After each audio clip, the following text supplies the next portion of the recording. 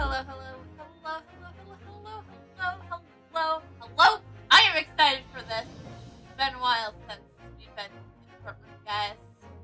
If you can't tell, it's been a little bit since we've been here. It's been a while since the court.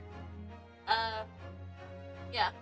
It's been just a little bit since we've been here in the Great Ace Attorney Chronicles. It's been a few couple weeks or something. But yeah, that's right. I don't have overtime this week. Not sure about next week. But I'm probably going to be back on meetings for a while. So that's good. Hopefully. I don't know. I'll make sure to let everybody, I'll keep you guys all up to date on all that jazz. As a good streamer should, who does prioritize her work, her actual work. So. And I feel like that's a good thing too. But anyways, we are starting episode 5 of Adventures! The final episode of Adventures, I should say. It's kind of exciting that we're actually almost done with Adventures. It's crazy. But we have resolve to do as well. And then we'll be done with the trilogy after resolve. So yeah. It's been a tradition I've been lacking on. But Alexa, volume 10. Alexa, tell us an interesting fact. Here's a fun fact about turkeys. If you hear a turkey say gobble gobble, you know it's a male bird, or gobbler. That's because female turkeys, called hens, do not actually make the signature turkey sound. So I talk a lot about, I gobble gobble a lot. Does that mean I'm a male turkey? I'm kidding. But that is truly an interesting fact about turkeys.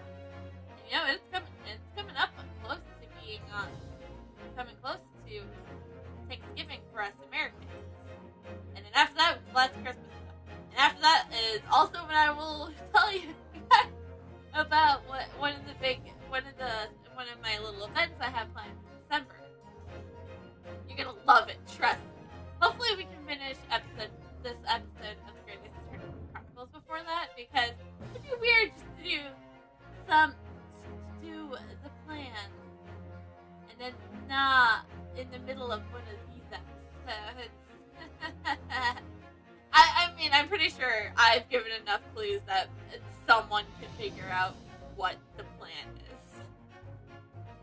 I think I gave the biggest hint on Twitter this morning during work today. But you'll have to look at Twitter if you want to try to figure that out. And please, if you figure it out, please don't tell anyone.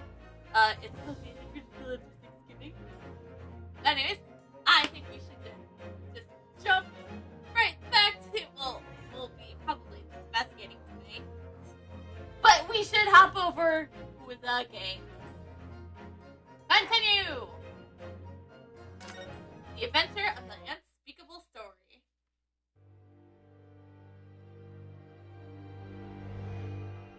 The howls of the Barksville.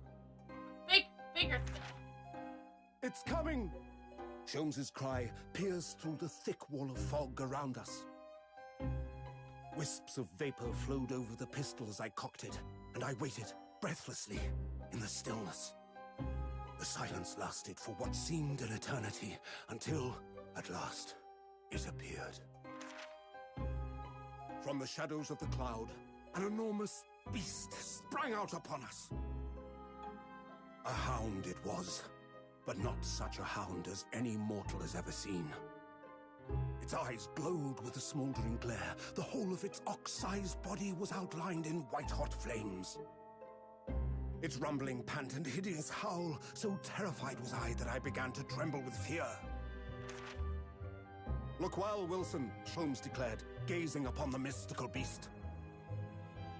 "For this is the diabolical hound of the Baskervilles." Baskerville!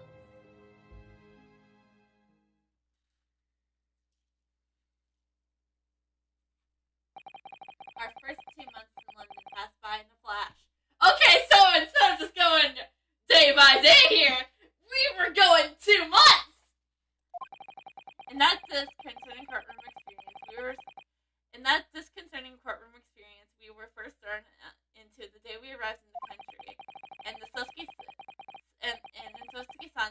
ordeal, which had followed closely behind, we emerged victorious.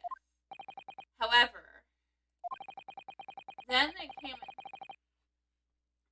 there came an abrupt end to our opportunities to appear in court, which was hardly surprising, of course, since I was nothing more than an amateur, an unknown student of law from a far-land way. So in our little office was very quiet. That is, until it was shattered one day by that fateful telegram. 15th April, 9 a.m. Nadado's illegal gotten sorted. Knock, knock, knock, knock! Hello, who is it? That morning, I was woken by the unreserved knocking on the door by the telegram boy. But after he's gone, Sato-san's behavior became very obviously strange. Sato-san? Yes?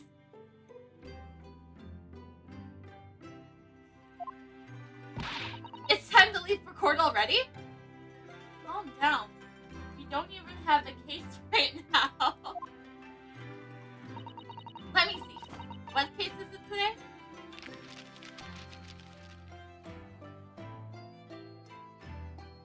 There is no case today, Sato. I don't think I'm scheduled to defend anyone at the moment. Am I? Oh, no, of course not. How silly of me. Take your time down, Sato. But I think Iris said she would make us breakfast this morning. So shall we go down to Mr. Shum's suite? Yes. Iris makes the most delicious breakfast food. I can only imagine after her tea. She does, doesn't she? Once our bellies are full, we can leave for court in the fighting fit for. We do not have court today, Sato!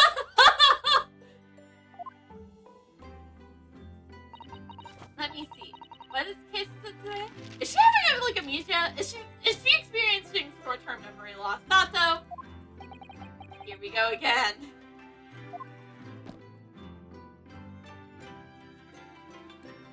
Alright, let's examine things. Cause it is tradition for the offices!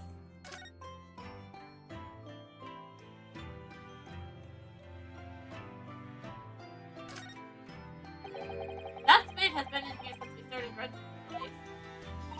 Oh, that's not a spade, Sato-san. It's a shovel.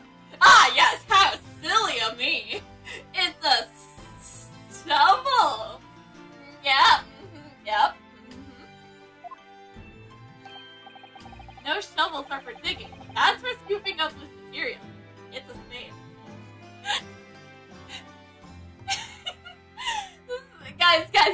Guys, remember. I don't remember if I watched this one on 25-hour stream, but do you guys remember the shovels are spoon? Objection.lol? That's what this is reminding me of! No, spades are for digging. That's for scooping up loose material. It's a shovel. Let's see who's correct here.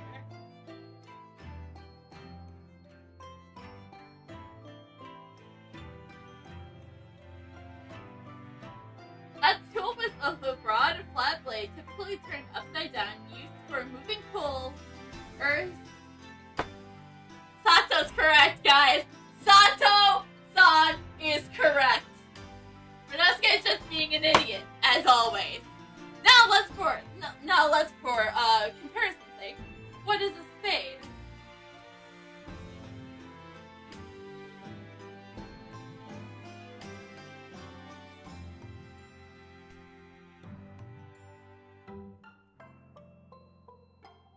A tool with a sharp edge, typically rectangular metal blade with long handles used for digging, cutting. Well, they're both used for the cutting earth. But we'll have to look at it again. It's all about the blade shape. And it's a spade! It's a spade!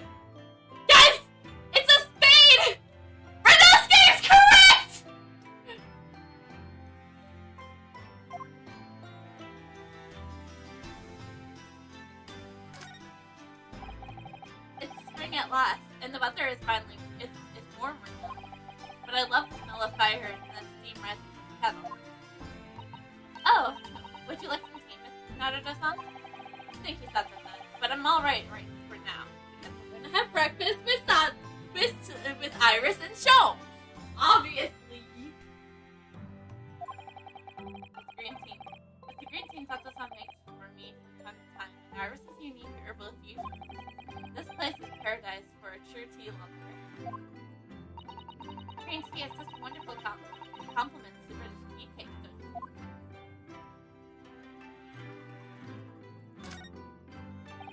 We've only been here in London for about 2 months, but my desk is starting to look a little messy already. Yeah, don't let the spirit of Cosmo see this one. Yeah. You can tidy up once in a while. It's not my fault. Tatsu-san, I always say, making a mess is a small sacrifice for paid to being able to further your studies. And time spent tidying up is time you can't devote to the same cause. Yeah. And time spent on ridiculous arguments is time that could be better spent on simple housework. She wins. But I'm supposed to be the lawyer here! Alright. We're all wondering. Wait! No! No! We can't have an argument over this. We can't have an argument over this. The ladder. That is absolutely sad. So this is the tea set that Sato-san brought with her from Japan. Let's hope she hasn't noticed me sipping sugar and milk into my cup when she makes it. It's just so bitter. Tea is a drink to be enjoyed, not to sun. You really don't have to force yourself to drink it, you know. I don't like to see you screw up your face. I don't like to see you screw up your face.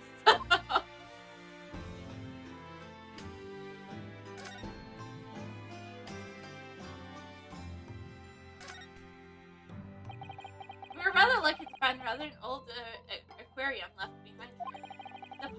The prawns we put in there are doing rather well, and the ammo needs too. It's a wonderful invention, isn't it? The sea behind glass inside your room. And another example of Great Britain's greatness. Having to clean it out and change it into water isn't so great. So is it? Do you know, I never seen inside your room here, Sasha. I've never even peeped inside.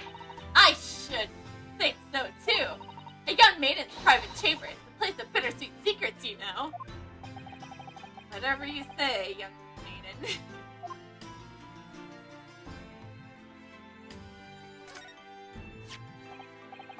This must be the telegram. Let's see. Ah! No! You must look at that. Not under any circumstance. Alright! I won't! You win! And you're scary and I don't want to be taken down by another Sato takedown! I'm sorry, Naruto, but you can be very mischievous at times.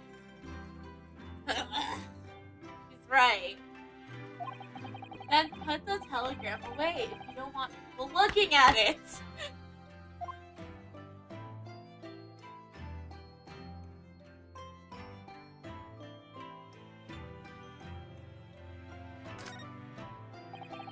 I investigated thoroughly, but I think not what I was going for. I think we investigated all of our things.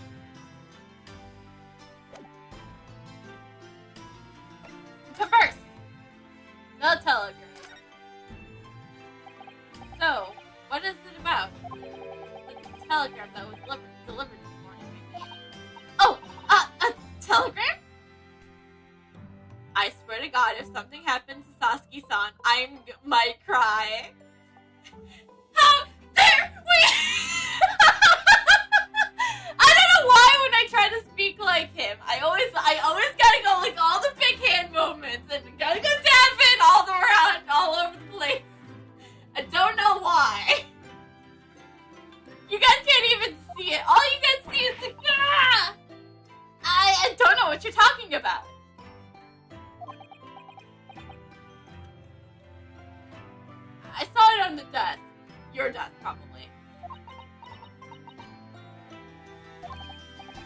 right, but you're not gonna get away with that. I'm the lawyer here, after all. Well, I didn't think I would. Actually, don't you dare say something bad happened to Sasuke! Son, don't give it a moment's through. It's nothing interesting. Boring, in fact. It was just a boring old telegram.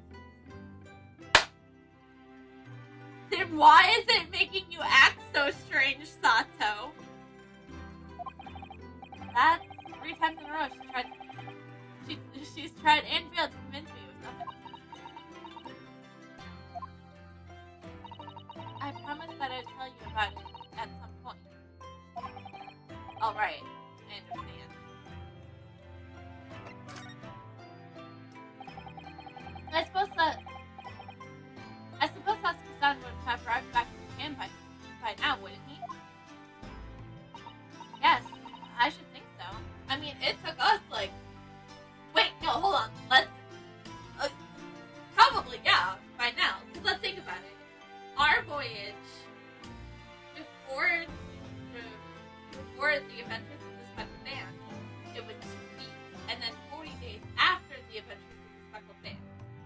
So that would be about 54 days. 2 months since Sasuke's trial would be 60 days.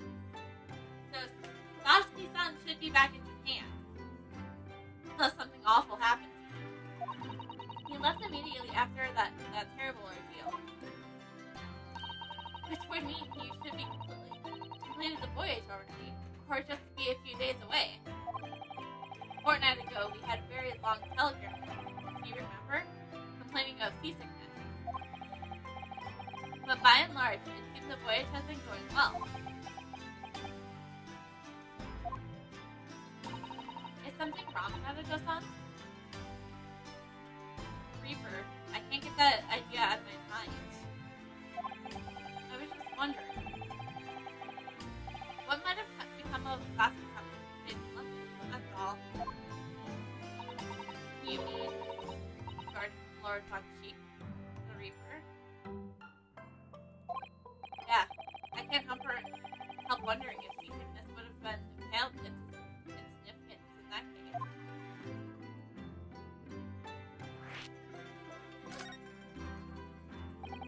What if is it what they say, that no one who stands at the dock can be safe from the Reaper's fate?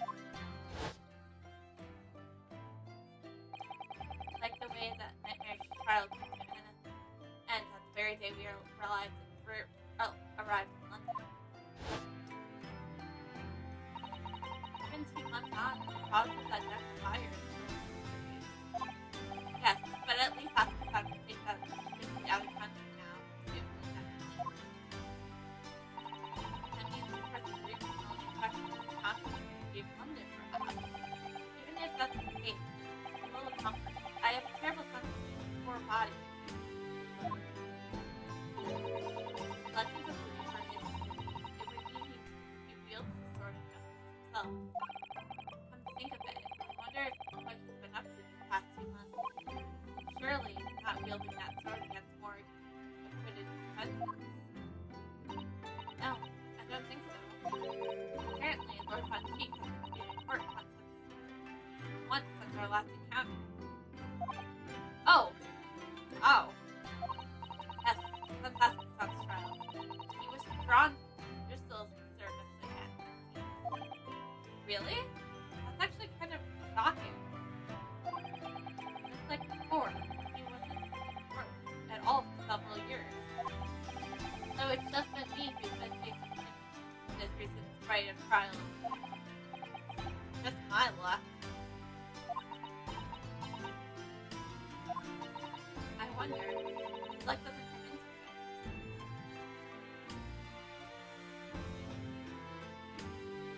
What if...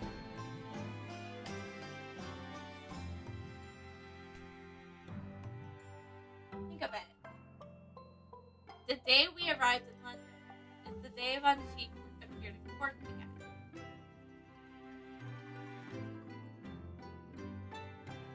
Banshee quickly heard about Evronosuke Narada. But surely he must have heard about a Cosma Agawi beforehand. Maybe when the voyage began. So maybe Banshee does tie into part of the reason why of what Cosma's goal was to bring. Maybe Banshee does tie to that. You know? Sorry? What was that? Oh, nothing. Never mind. Oh no, Sato, don't worry, that explains. My thought is my thought about him being connected to Cosmo.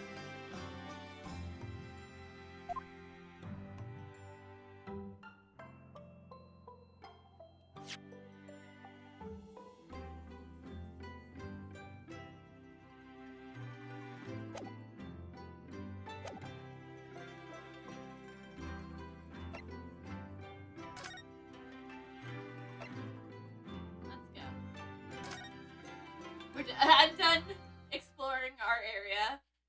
Finally seeing the results of it. April 15th, Gnome Suite. Good morning, Rona. Morning, Susie.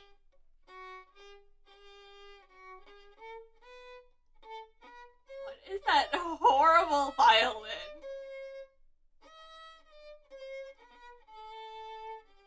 Please tell me that's not Shomes.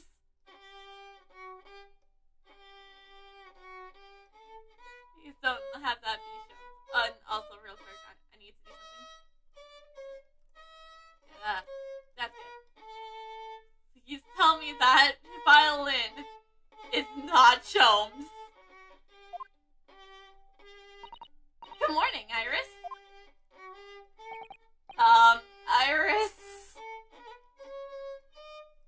Because if it is Shomes, it just solidates in my headcanon that Shomes is very bad at music. What is it, Rono? What is that terrible noise? It sounds like a cat being strangled.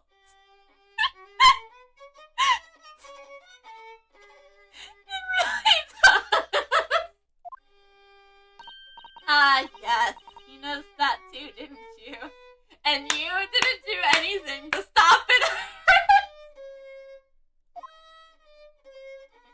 Of course it's so! Hurley isn't in the best form this morning, it seems.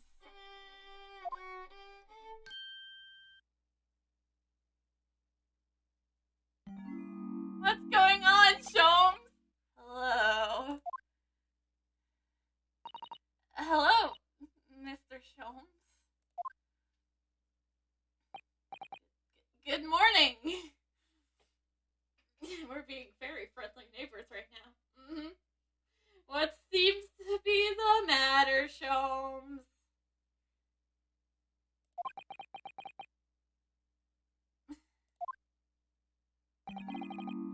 Morning. To die, perhaps. Wait, what? What the hell? What's going on? Getting into you, Shomes.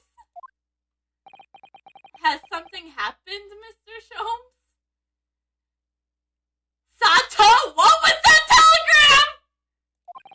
You look miserable, and the way you were playing the violin before.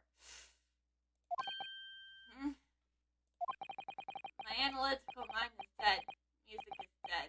The world is dead. But you're still alive. I'm still alive. Hopefully Magic is still alive. I'm sorry. We can't let second and third love die. First love already died, okay? Damn this Punchik's existence! That's all it is, my dear fellow. Nothing of coincidence. I'm afraid I don't understand. I don't either, Sato. Well, Iris, isn't the time we ate? Some dry toast and some insplitted coffee for me.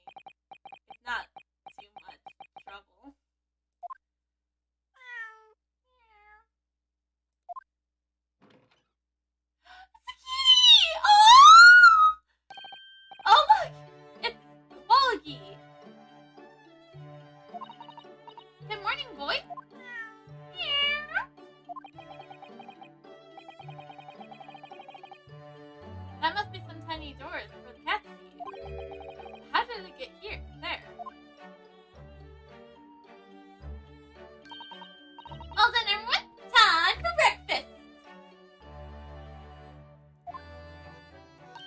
Oh, wonderful! Let me help you, Iris. Would it be indeed a fine day to die? Shelms is just a mood right now, guys. Shelms is a fucking mood.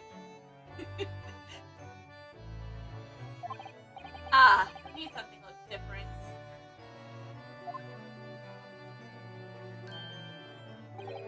Something's missing from Shelms. Oh! His invention! That's what has Mr. Shelms so depressed! We must find it for him!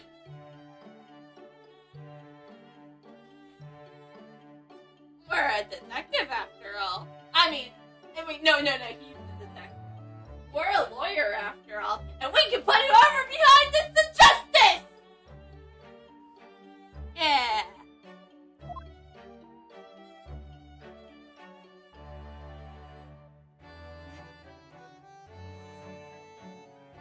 It's tradition! We must examine everything first.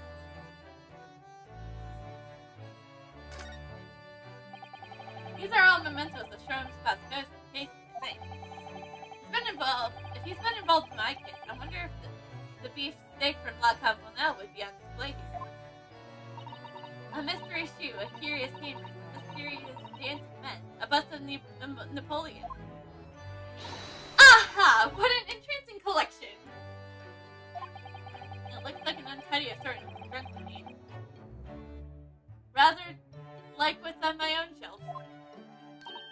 Well, you really ought to learn to keep your things in order, Mr. Natters. Shit. I don't have an objection. No favoritism here at all. Nope, not at all. Nope. I don't see favoritism here at all, Rosato.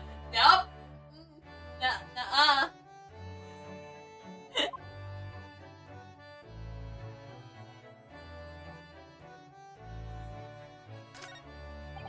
It looks like the huge metal chest has been used as a table. It's used as a table for tea and coffee. It seems very sturdy, with an equally sturdy lock. Mr. Naruto, you mustn't go around opening things. I wasn't! I was just looking at how nice it was! I always have to keep an eye on you, don't I? You're very mischievous.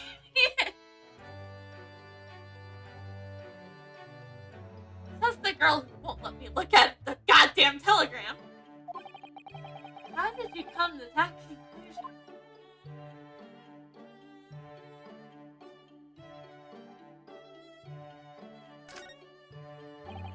There's some sorts of things on your shelf. Chemistry illusions, books, paper, and lots of things I've never seen before. Well, he keeps up so high. I can't help but feeling the whole lot's gonna topple in at any moment. Oh, it's such a charmingly untidily collection of paraphernalia, isn't it? And yet you yelled at me from my desk. It just looks like a messy. Just looks messy to me. Like my desk. But you, Mr. Naruto, must learn to tidy up after yourself. Nope, no favoritism here. No favoritism whatsoever. No favoritism there, then.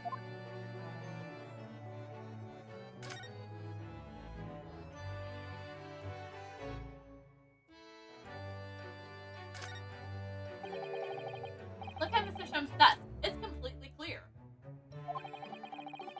Isn't that enormous machine usually on it? We can never hope to understand what goes on in the great detective's mind, Naruto. I think it's been stolen, and that's why he's so depressed over there.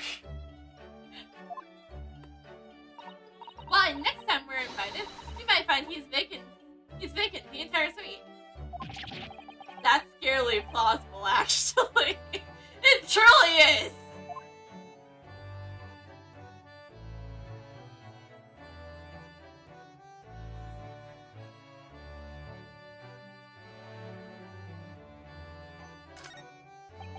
Ah, yes, the letters B and R inscribed on the wall. Bullet holes.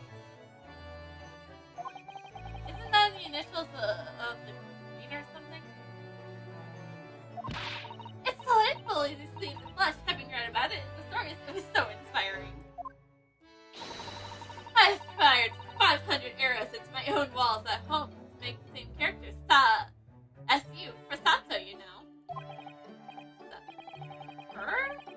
But perhaps there was something the great detective does that you don't need to copy.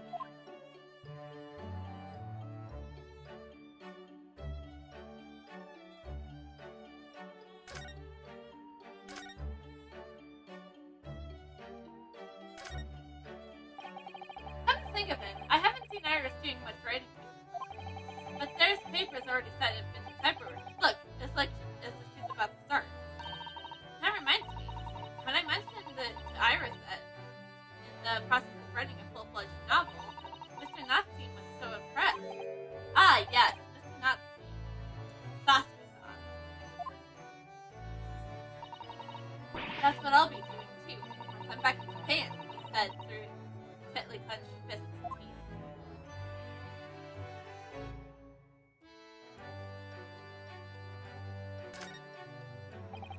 Iris's beautiful tea set is on the table as usual. A cup of one of her special blend or herbal blends always helps me relax when I'm feeling stressed. The English time of tea has many similarities to our own tea ceremony customs, don't you think? It's the idea of hospitality, baby. That's excellent tea.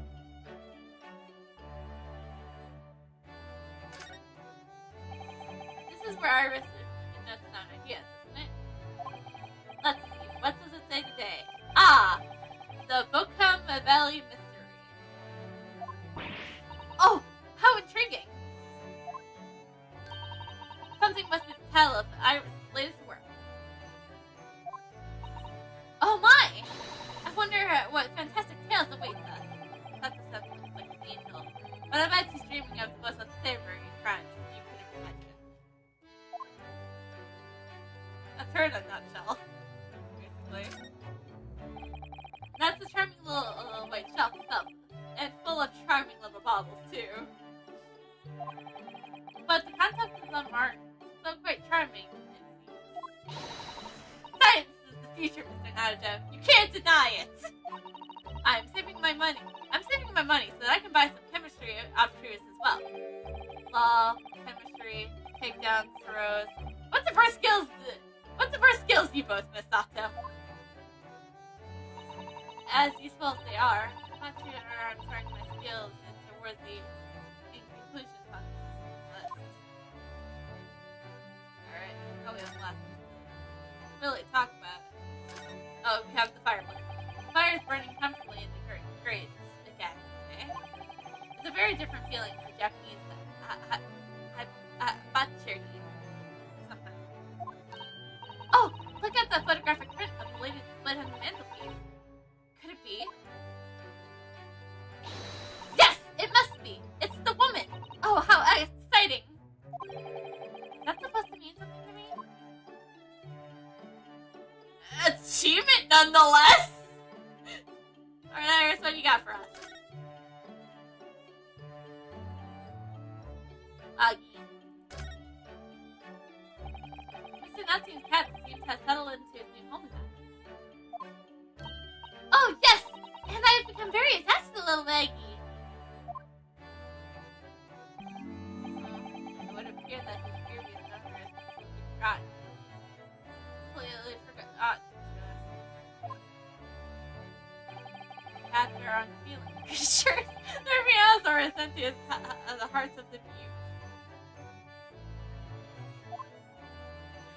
Surely Sholmes is just a mood. If Mr. Natsu had no intention of taking Maggie back to Japan, I wonder why he kept him in the first place. I expect he would have taken him if he could. Is he taking the SS Barrier? Because if I recall, there's no pets on the board. Pets are strictly forbidden on the boards. are strictly forbidden aboard of steamships in our experience. And a cat murdered my best friend, but you know, that was like 2 months ago. So if anyone should be depressed, it should be me, Sholmes!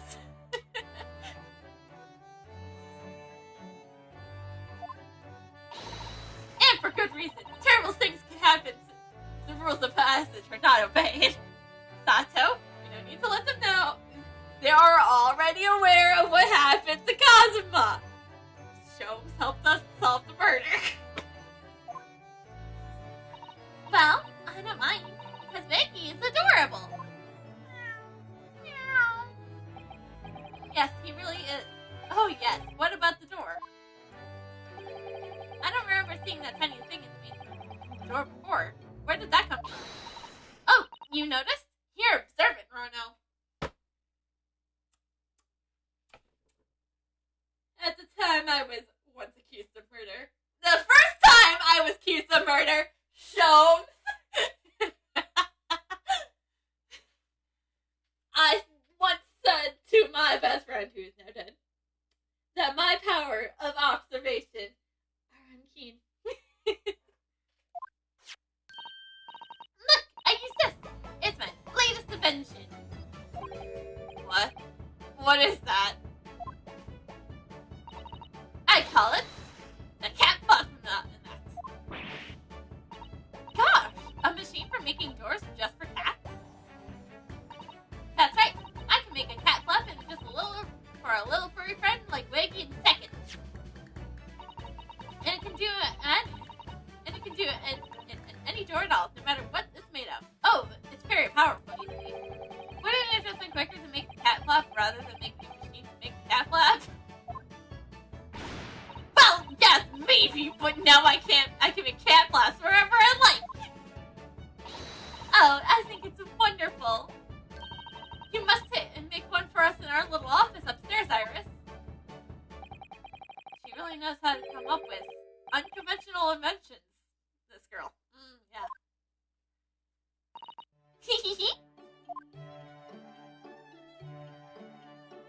Okay, so that's all for Iris. So I guess it's time. We should figure out what's making Sholmes so sad, what's making him depressed. You seem to be very unhappy this morning, Mr. Sholmes.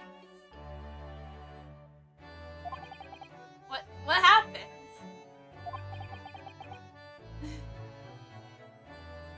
What's the sudden urge to die? What's the sudden urge to be a Gen Zer? It all used to be the case. It used to be the case. That's the game.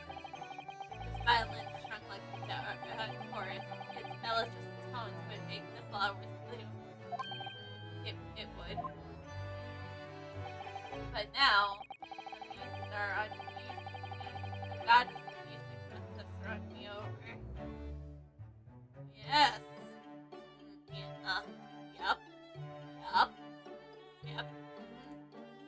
We're gonna just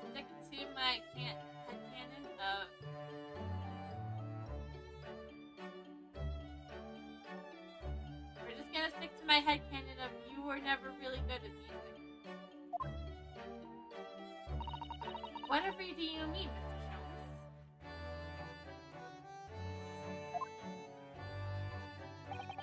4 hours I have hoed, for days even, though the nights I have been soured to no avail. That sound, my tone, lost. That brilliant, clever, unwavering tone. Gone forever, no more! Oh my gosh! We have a new Saki-san! I was like, You're all over the place, Sholmes. No more recitals of unburling emotion. Well, you haven't been practicing much lately, have you, Hurley? Don't worry, I'm sure I'll come back to you in time. Heed my words, Mr. Nadako. the goddesses of art are fickle. One day is about the boast is being on man, the next day unmercifully with the jolly. Oh, dear. How unfortunate. No. Ah! Why is this happening to me? They have taken the turns I have for the violin from me. What's left, for pity's sake? What is?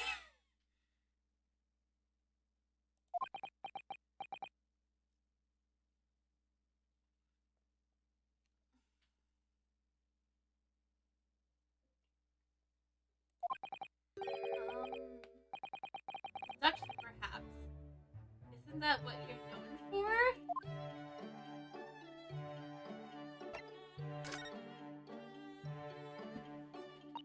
Mr. Jones, I don't like to cry, but your desk seems rather empty today. Well done, Miss Sato.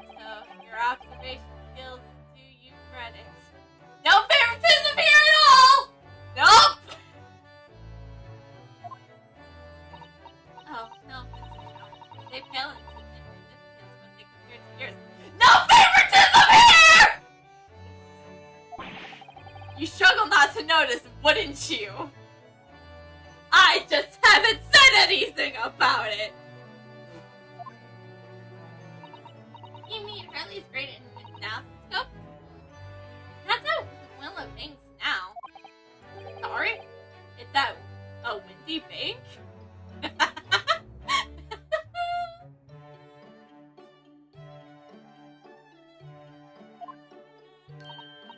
No.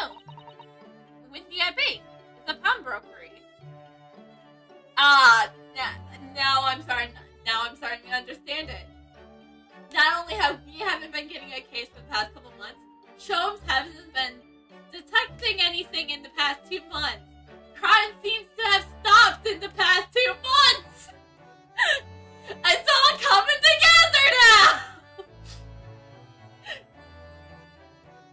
And so Sholmes is depressed that he can't be a good detective. And I like her. Renowski's like, yeah, I'm just an unknown. I'm just an unknown Japanese lawyer. You know, that's how it is. Student lawyer. What? I mean, you pawned that enormous machine of yours? It has some considerable value, you see. Quite undecidedly. But isn't it a very important machine for your work? I do wish if you had consoled us if your situation was to become so desperate. I should have gladly passed on what little income I have to you. Dear madam, things are far from desperate. But the pawnbroker has such wonderful has your wonderful machine. How can it be anything but desperate? Making use of a pawnbroker is quite ordinary here in London, I assure you. Is it? It doesn't sound ordinary at all. It would seem that neither of you fully understand how pawnbroking works. We're just 2 Japanese students, dude. Oh! What's to understand exactly?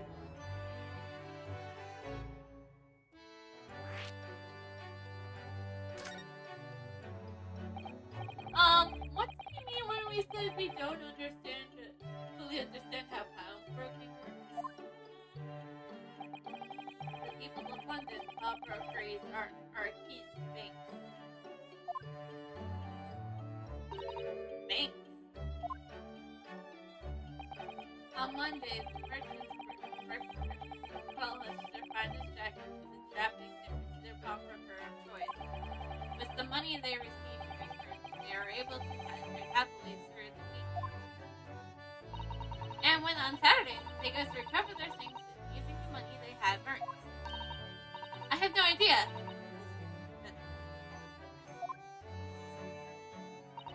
Everyone does it, especially people in London. And should they have money to spare, they would purchase another fine jacket. Not to wear, obviously, but the pawn, should they need a raise.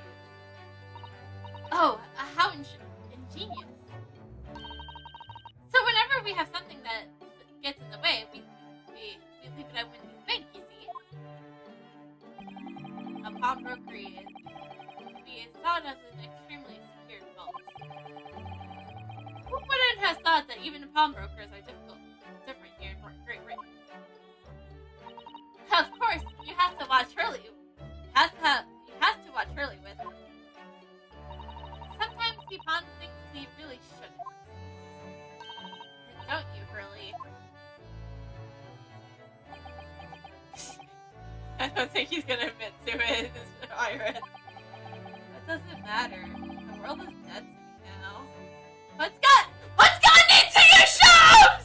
Is it have you because you haven't been able to direct anything for the past 2 months? I haven't been able to lawyer anything in the past. Been a lawyer for the past 2 months.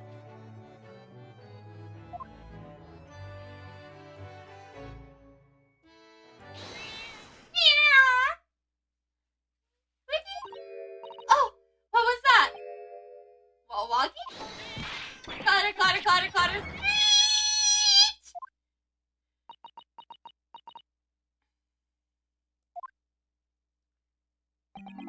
What was that? Oh no! Walkie's tangled up in your violin! I think he thinks it's a toy. No! What is he doing to it? Oh dear, Mr. Strom's precious violin. Why should I care? What? What has gotten into your shoes? Why are you so depressed? I shouldn't be surprised.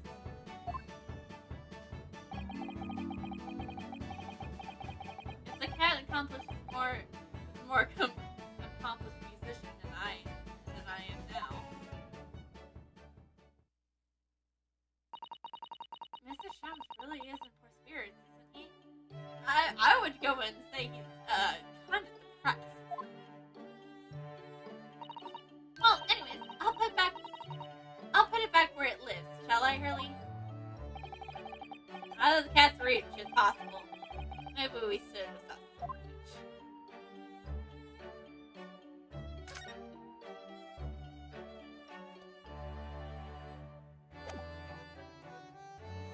Guess we should skip things then.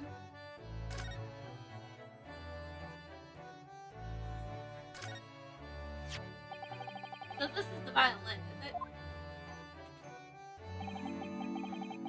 It's a Strad piece, one of the finest violins in the world, made by the renowned Italian Luster, Antonio Astronomy. Oh, I see.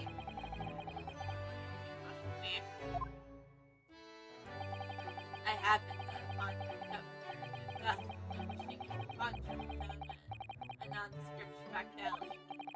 The broker had no idea of its value, so I was able to purchase it for a mere 55.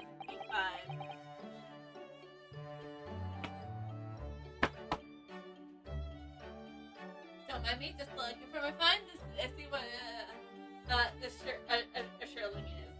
I'm sure it's some British money, so, but just okay. So,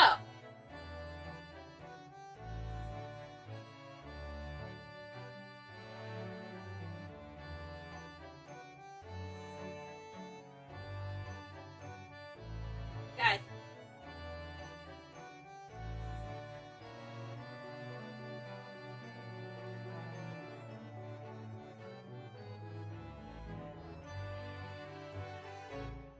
it would be in our today money. It would be like 45 cents. That's a steal. How honorable of you. Until today, it's been my faithful companion in every great pine-getting-inspired performance I have made. I ask you, is there a reason to live in a world devoid of music? to tolerate this bluntest existence? No! Weren't you just... Do you want to go take it down to the music? Is there a music tab where we, can get it fixed or whatever? There is none. Was he talking about a reason to live, or was he referring to, me saying about the music shops? Mr. Sholmes? What, dear madam? What? My thoughts are preoccupied with the fancies release of this dull routine.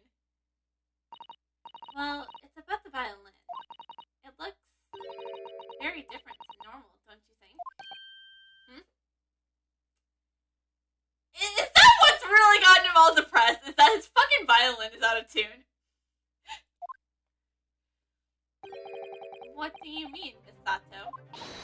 Oh! Susie's right! Yes! The tone of wood is completely... It's not the violin, we know. It's not the goddamn violin! And that's not all. I'm sure there was no crack here before. Wait, it's not even the right size, is it? What is?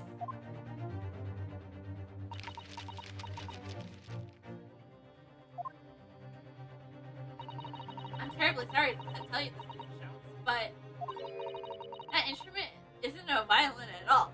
It's a goddamn viola! That... what? I believe it's entirely different instrument called a viola. What? Oh gosh! It's jumps back to normal. It's jumps back to normal. It's jumps back to normal. You're right! You're quite right! We must figure out who did this, Jones! The game is afoot! Isn't my faithful Stroganovis? So what? Pray! What is this feast string of followers? Not your faithful performing partner, then. Ah, I see what must have happened. You do, Iris? It's just a simple mix-up. Sounds like Iris might be able to tell us exactly what happened if we ask her.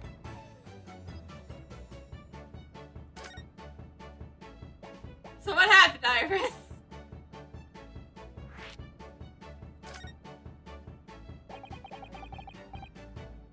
What do you mean by mix-up, Iris? Well, you see, this violin, this viola, I mean, was at Wilshire Bank until last week. At the pawnbroker? Not Mr. Shome's beloved musical partner! Ah! He's back! He's back, y'all! We got him out of his depressive slump! There's a proverb in the East which you are no doubt familiar, my dear fellows. Always let a beloved child travel. Yes, indeed! I've never heard of that in my life! So you sent your beloved violin to the pawnbrokers and hoped that it would experience personal growth. Oh, so what a wonderful idea! Last week, I pawned my great antilistic scope in order to release my precious instrument. But it would appear that Mr. Windrake mistakenly furnished me with this tidally fiddle instead. But my ears cannot be deceived by a hollow timbrel of a piece of timber. No, but your upper sense was deceived by the fact that it just had strings. That's a love from Renosuke. Pshaw. A fine state of affairs it is. And why, I should always say, Mr. Nadado. Never trust a pawnbroker. They will try to fiddle you every time. Yet, your big, great machine is at the pawnbroker right now. But earlier, you told us that you could think of a pawnbroker as an extraordinarily secure vault.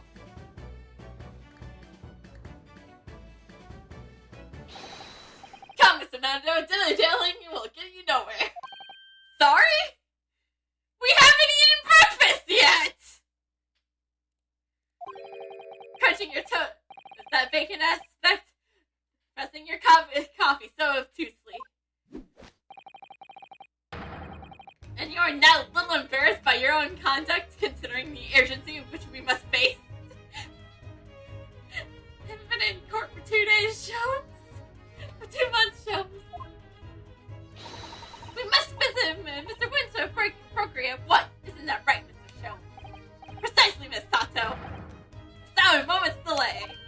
But I haven't finished my bacon and eggs. Well, come on, get with the program, Renosuke. Eat your food quicker. My dear fellow, surely you do not still intend to crunch your bacon while of increasingly bacon aspect to fest your eggs more obtusely. Alright, say no more. Let's go then. Don't worry, Throno. I'll be happy to heat it up again for you later. Oh, thank you, Iris. As it happens, I'm rather curious to see what a British pawnbroker looks like.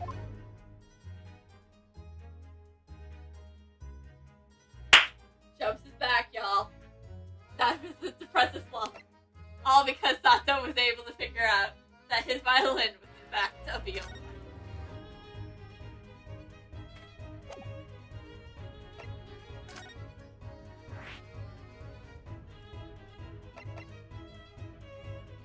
Let's get to the street first.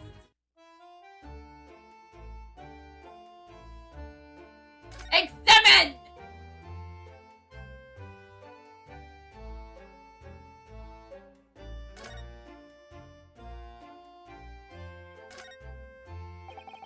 It's already been 2 months since we started taking lodging here above Mr. Trump's office.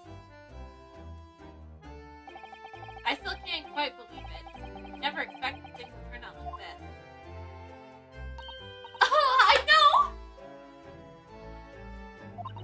To actually be sharing accommodations with the world's greatest detective, who vaguely remembered us.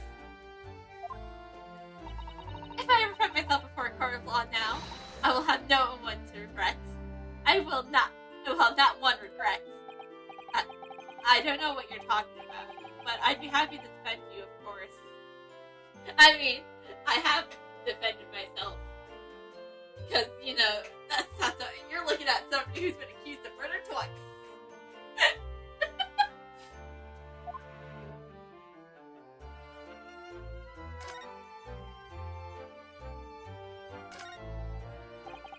Look at all the different things in the window of the shop. Ah, that's one baby, pawnbrokery. It looks like much harder than a pawnbroker is in Japan, doesn't it? Yes, you're right. I find pawn shops at home rather inapproachable personally. It reminds me of tearfully parting with my favorite fountain pen. It felt so miserable. What doesn't kill us makes us stronger, Mr. Naruto. What doesn't kill us makes us stronger. Stand a little taller.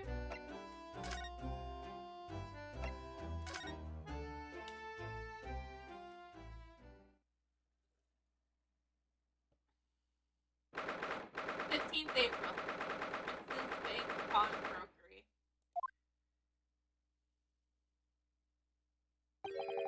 So this is a British pawnbrokery. Oh my! There's all sorts of tools and contraptions here that I've never laid eyes on before. Ah, Sato-san. And what's the marks of wonders in your eyes? You can't wait to score the shelf again. I get the impression you enjoy places like this. Oh yes! I don't know why. Seeing such a lot of things I don't understand is a really thrill for me. My dear fellows, let us not forget why we are here. For your violin, I understand, Sholmes. We're here for your violin. Oh, Mr. Sholmes. We're calling on matter of business, not pleasure. Yeah, let me do the talking, Sholmes. And clearly Mr. Sholmes needs business too, by the spark of fury in his eyes. Ah, Mr. Sholmes, sir, welcome back. Did you hear that, Blazing? Welcome. Well, yes, we're potential customers after all. We're discussing customers, Mr. Dark. Mr. Naruto, it's time to inform Mr. Wimpig of our heir. Come! The fight is afoot!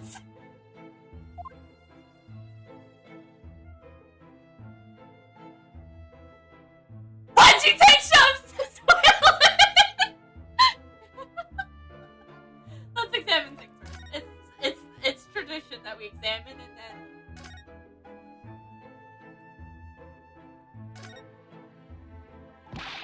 What are you doing, my dear fellows? It's tradition, Shums! We're not here to browse or the interesting curious. We have to teach this brook a lesson. Oh, but there's just so many fascinating items. I know, Sato. I wanted to look at them too.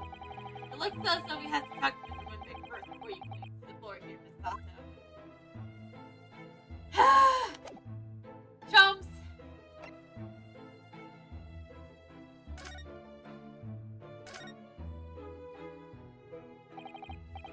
Actually, you recall this, which I retrieved from you some days ago. Yes. Guys, what kind of voice should I give him? I kind of think of something like this, you know? The kind of the old man, but not really the old man. Kind of more like a Winston Pin, if you meant say. This second-rate fiddle is not my favorite instrument, Mr. Wimpig. The color of the wood is different. It has holes in it. It's not even the same size. And yet it took you, Miss Sato. This is the person standing next to me. I had to prove it to you. A wonderful summary of our observations, Mr. Sholmes.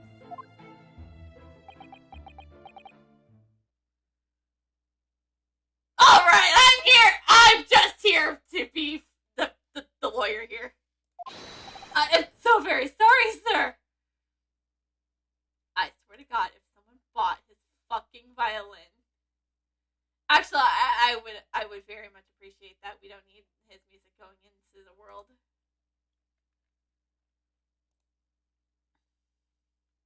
Actually, no, guys. I'm sorry. The headcanon with Sholmes is just a very bad singer. I mean, I'll be fine with him being good at the violin, but I'm gonna stick to my headcanon that he is a terrible singer. How utterly forgivable of me! An unexcusable mistake for a pawnbroker. There's only one way to make amends.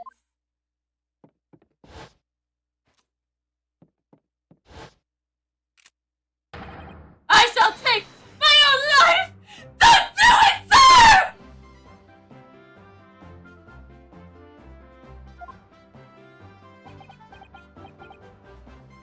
Chum, stop him! I don't think that will be necessary, do you? If I may just say one thing before I pop off. Ah, yes? It was you, Mr. Sholmes, who took it upon himself to remove the item the other day. Sorry? As I recall, I entered the store to fetch your violin when I heard, here it is. You did? And when I turned to convert you, you have taken the viola, and left, sir. You not remember this, Sholmes? However, there can be no doubt that the blade lies firmly at my own doors, allowing you to leave here. So I shall not grumble or ghost any longer. This guilt must die with me. No, stop my guilt! This dear fellow! This fault's all mine.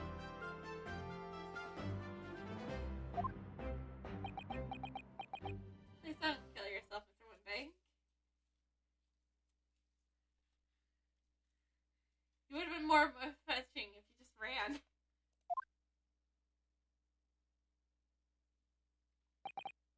Phew! It would appear that the fight is over. humbly apologize, Mr. McVeigh, and defended my questionable disposition unpredicted this tragedy. Well, you wouldn't be Mr. Herlock Sholmes without that questionably disposition now, would you? That is true. Yep. When he recalled how he remembered us, he remembered the case of the snake when it was a cat that killed Cosmo. Haha, I do believe you may be right, sir. It's either a laugh or cry, I suppose.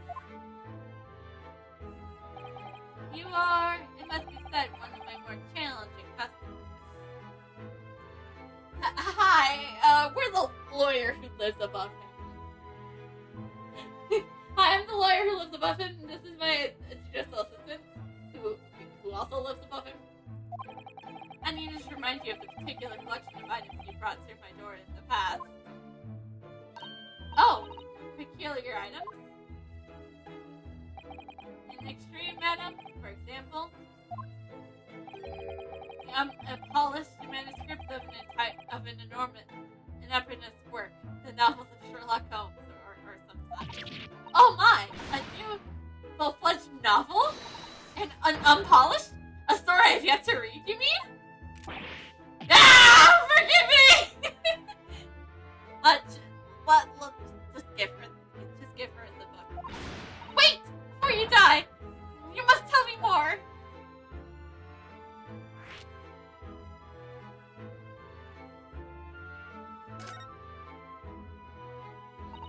I must know more! Tell me everything! Just give her the books. Honestly. Wow, that defense is really fired up now. It's her fight now. There's more really an unpublished story under this very roof? Well, one day the gentleman here brought in an old metal chest, you see. I should like to entrust this case to your care for a while, Mr. McVeigh. For a chest like that, 1 shilling, sir. That's a farthing more. It has some very great value, indeed. The latest manuscript recounting the adventures of one Mr. Sherlock Holmes. I beg your pardon, a manuscript? You wish to deposit a manuscript? Indeed I do, for I am confident it will be quite safe here. And that was it. As such, Mr. Sholmes' latest tale of otherworldly mysteries lies dormant in my storm room. Mr. Sholmes! Is that really true? Do I sense something doesn't... Do I sense that someone doesn't want to talk about this? I continue to pay your fee, don't I? Then kindly continue to store my belongings securely. Of course, sir. Of course. They are safe and sound with me, I assure you, all my life. Put the gun down, Whitney Bank! This is all very strange. Indeed it is. Indeed it is. Okay.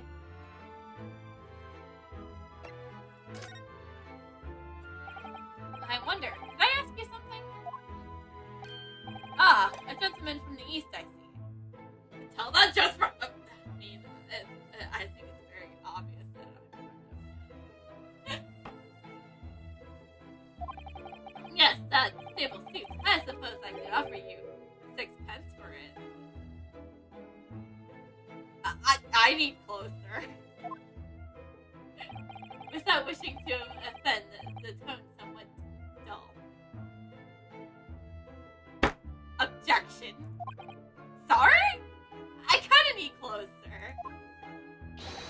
Aha! But before your splendid attire, man, of 5 guineas, no less. The colors are extreme, the design exotic, Eastern artistry at its finest, I may say. Yeah, no favoritism whatsoever. Nope, not at all. Nope. I mean, to be fair, Sato's kimono is definitely more colorful. Oh my! 5 guineas, you say? Sato? need clothes. Okay, we need to keep our clothes. How interesting. Why do I feel as though I suffered some sort of defeat here?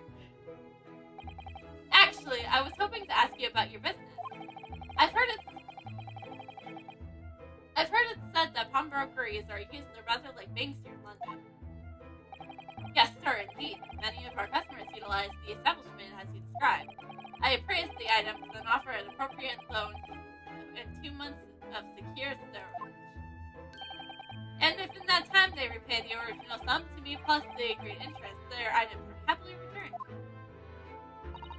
But what happens if they don't pay you the money?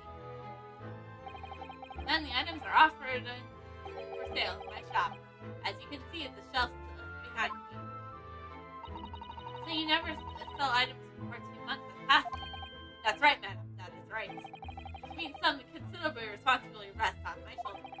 For the customer is wanting to be lost, only the recompense is for me all to the end.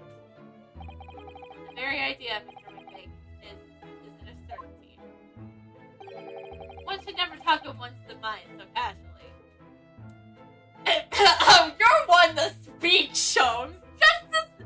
Just right when we got up, you said it's a good morning to die. So, you're one to speak, Sholmes.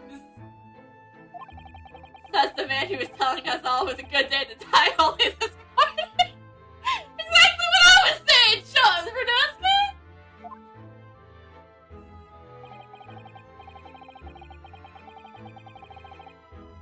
And let us not forget, I've already helped you take the measures to ensure such tragedy never occurs. Oh, what sort of measures? I engineered a simple device which Mr. Winbig has installed here in his shop. I call it the Red Hand Recorder. Is it not so, Mr. Winbig? Ha ha. What was that deep sigh about?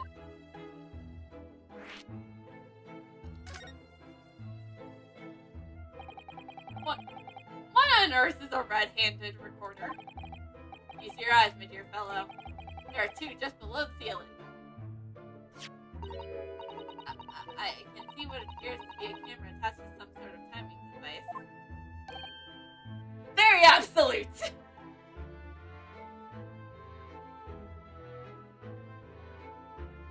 Ah! Getting some, Danganronpa V3 Chapter 1 vibes here. It's indeed a camera furnished with 100 pieces of color film. Every 30 minutes precisely, the camera automatically records the appearance of the shop. Here, I have an example if I can show you. Ah, yes, the print from the camera is set to record actively at the shop's counter. It developed a special type of film so sensitive it would produce crystal clear images even in darkness. Really? That's extraordinary. Yes, you can clearly see the counter and the door, or behind it.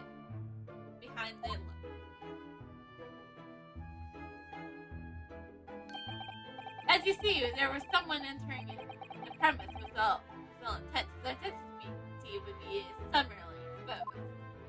I feel that's going to come back into murder. But did you not say the photographic prints were taken at 30-minute intervals? Indeed, as you say, my dear madam. So then what if the incident were to occur between the times? One can only say. That would be a cruel twist of fate. But just has to, And I guess that's why Wendy Bake is so upset about it. I must confess, your devices have been giving me some cause of stress of late. I beg your pardon, Mr. Shermley? Surely they aren't anything but distressing, reassuring at work. It's the cost of film, sir. You must graciously place not one, but 2 cameras in my shop, after all. Which means I must pay for the night and 100 utterly useless prints every single day. I'm afraid the cost of film will be breaking me before I'm much older.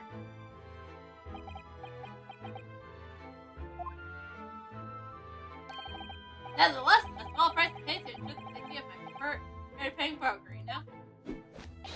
My dear fellows, We're on the verge of an age where safety and security come at a price.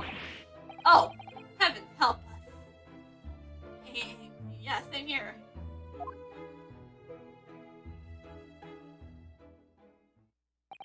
Now then, Mr. Sholmes, allow me to return your precious violin. Ah, the very thing. Thank you, Mr. Winbank. Perhaps this might be the mark of art. The end of peculiar items you try to pop in. Because if anything were to happen to one of them, it would be the only answer. This would be the only answer. Please put the gun down. Put the gun down! I recall you really ought to stop waving that gun around. Someone could get hurt. Fear not! Sorry? Let me guess, it's not loaded. I've only loaded a single bullet. So no one but myself could possibly be harmed. That's not really what I meant.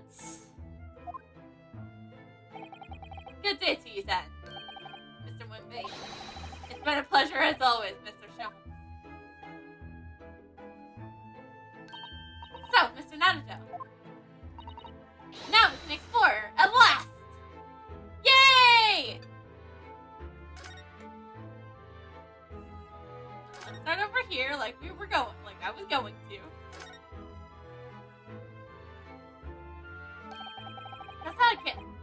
That's not a calendar you can easily miss, is it? April 15th, today's date. Yes, that's not for sale, I must point out. It's an Eastern style page by page tape. Every night at midnight, I tear the front page to reveal the following day's date. The perfect calendar for a tear-away fellow such as yourself, Mr. Winbank. And who was it here who walked out with the wrong violin before? Well, then we agreed that this storage period has passed without repayment. Article are forbidden, you see. So I have to keep a close eye on the date. It's something of a pawnbroker's obsession, you could say. Oh, yes, I can see you're very dedicated to your job.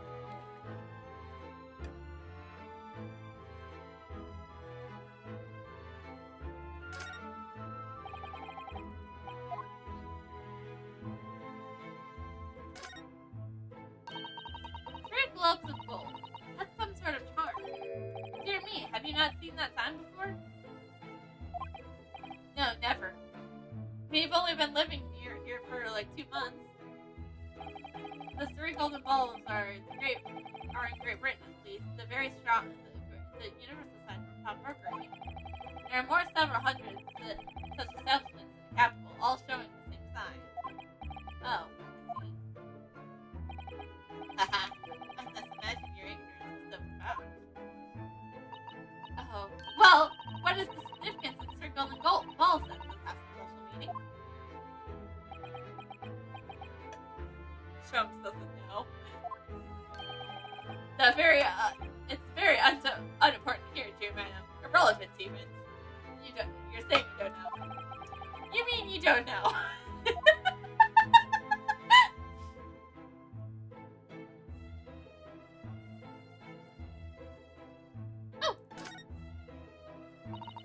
What do you suppose this rather enormous machine does? It seems to have 2 little windows for looking through. Allow me to enlighten you, my dear fellows. What are you looking at? This is a stereotype. Fascinating! It's aptly named, I assure you. Look through this eyepieces and see for yourself. Oh, I should be delighted to. Excuse me a moment while I have a look. Just before you do, there's something I should point out. My dear fellows, in order to see the image properly, stereography is, as where you'll need to be cross-eyed. However, that is beyond you. It's of little consequence today. All right then, I'm going to try it.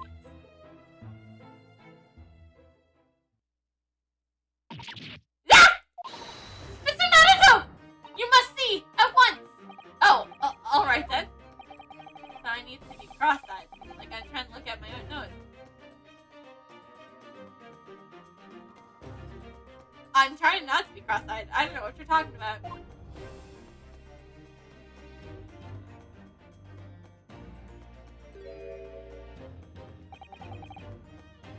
What the?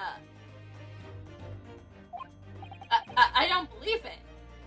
Juror number 2 from the Adventure of the Runaway Room? It's just a photographic print, but it seems like you could reach out and touch it. Yes, the sense of depth is startling, is it not? Stereoscopes are one of London's many fads. They are often found in little stalls in the park. People queue for hours to see them. Why? Why are people meddling on such black magic? It's no magic, my dear madam. It's well... Shows doesn't know the answer. Far too complicated to explain at the present. We shall save this lesson for another day. AKA, you don't know. Oh.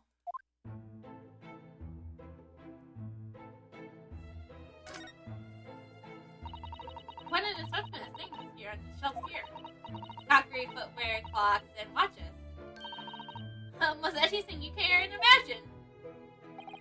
Those are forbidden items offered for sale by the pawnbroker. What does that really mean, though?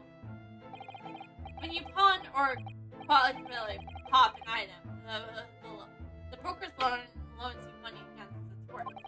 He stores the items for a agreed period after which the loan must be paid. If not, he's free to display it in his shop for sale at a price of his choosing. Oh yes, now that you explained it, I'm noticing a little piece of the price tag on everything. Of course, simply paying the agreed interest on the loan, one can extend the period of safekeeping. So you may pawn that black garb of yours here, my dear fellow. I need clothes, Sholmes! I treasure university form. Never! It embodies my student spirit!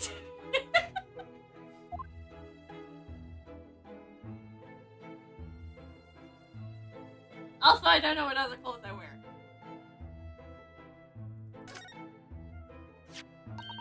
Look at this! Whatever could it be used for? I have no idea. Ah! There's a small catch here. Look! We're going to open it, aren't we? Oh my! That's amazing! It has some sort of spring-loaded mechanism, which is what put it back the way it was, which will never manage to put back the way it was before. What are you two doing? What? Us? Nothing! No, nothing at all! Yeah, I can see why, Sato calls us very mischievous. What if this device seems to compare little windows to look through? I feel as though I see rather similar to this elsewhere. Yeah, we already looked at that.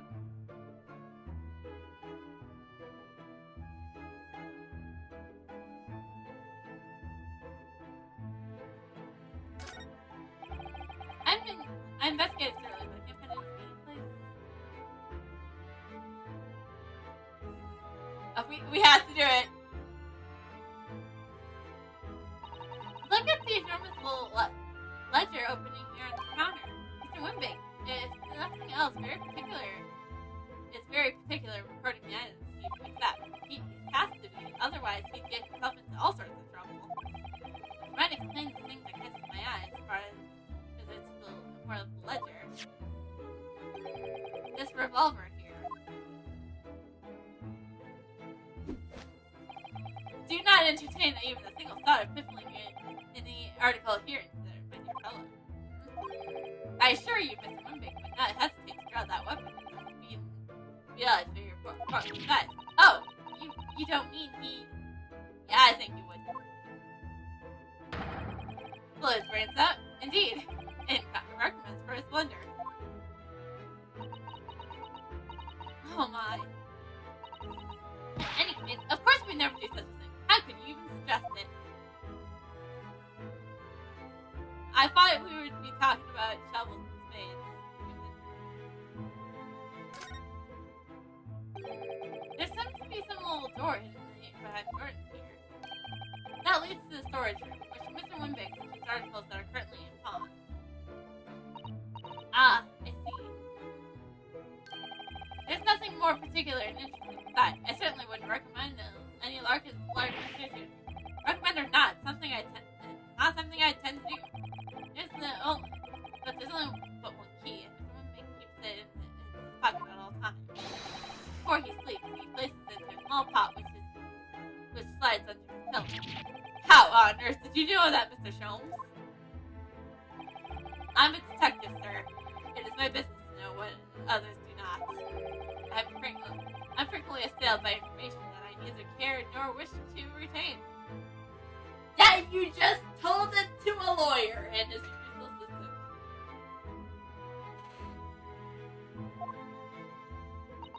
Mr. Sholmes, you are a wonder.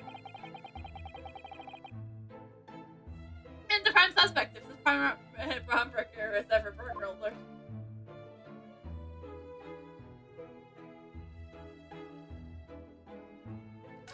Just making sure I didn't miss anything real quick.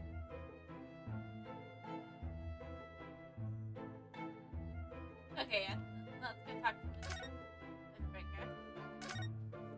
Ah! I missed it early, but... Ah! I did miss something.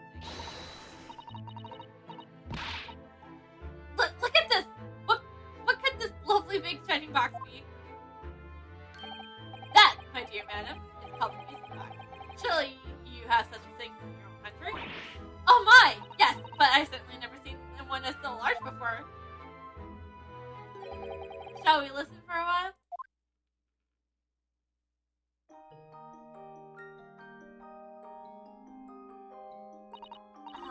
What a sublime sound. I hate it. I don't really like this. Can we go back to the other music? It's like the music of angels. I've never heard anything like it before in my life. This particular specimen is a very large variety, commonly found in public houses and restaurants. There is a metal desk inside which the notes can be played or recorded.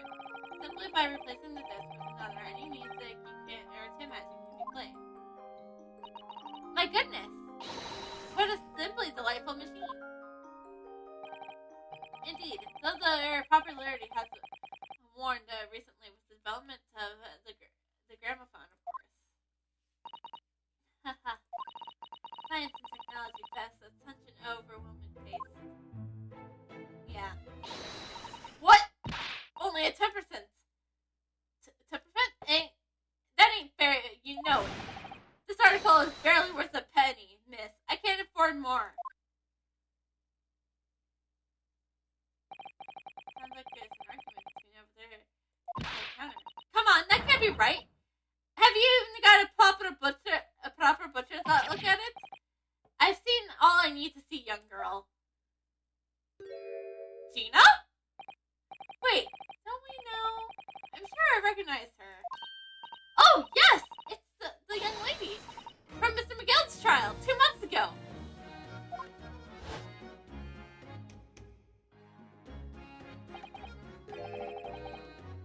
Her name, Gina Lestrade, my lover.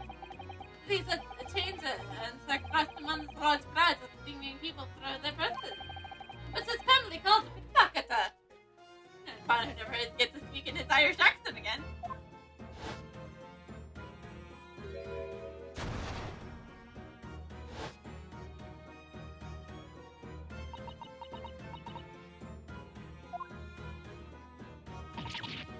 God bonnet, you lot!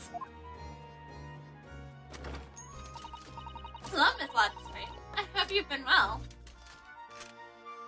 I love how she's just ready to fight us. Yeah? What? You remember me then, do you? Well, I remember being completely surrounded by smoke, that's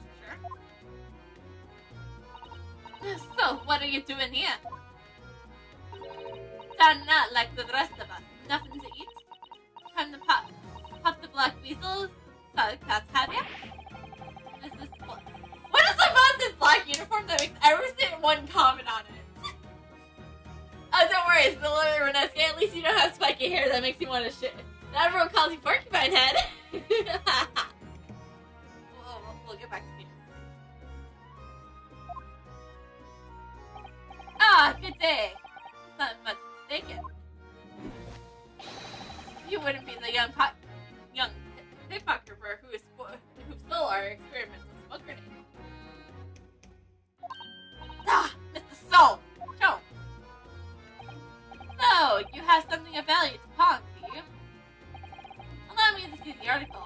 I shall negotiate it with Mr. Wimbeck on your behalf. Hold the other one. I don't need no help from... Yahoo! Hello, Sour Grips. From some sucker buggy. Get out of my business. Go on, I'll make you trouble for it. As you wish, Miss Magistrate. I will happily remove myself from your presence. Yeah.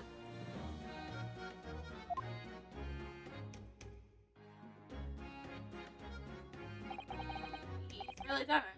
He's gone. I'm a little embarrassed. All she knows about us is that we point our fingers and yell objection.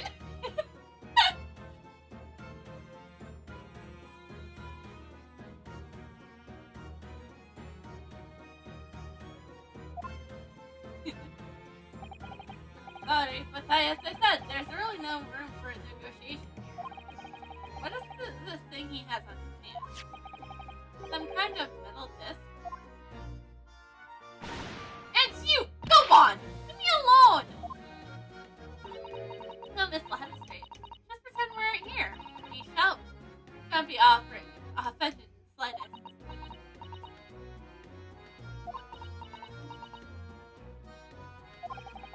That's the thing can really stand her ground when she wants to. She's absolutely terrifying. Sato, that is. But don't let her know that. She's whatever. Whatever.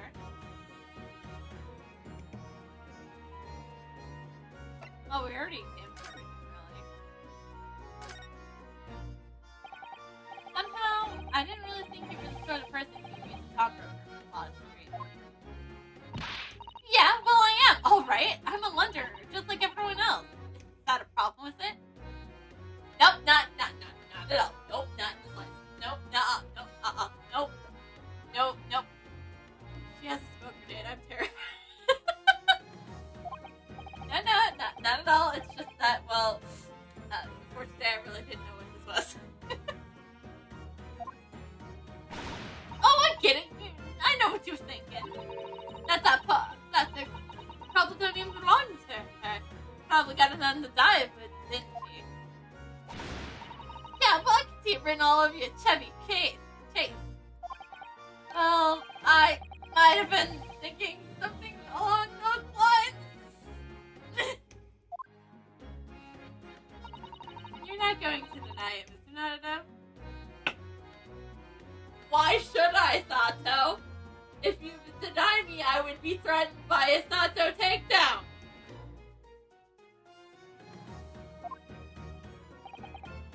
Alright then, I'm just going to come out and ask you straight.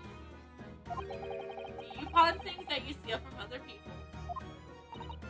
Well, I don't know what the best thing is to answer that, really.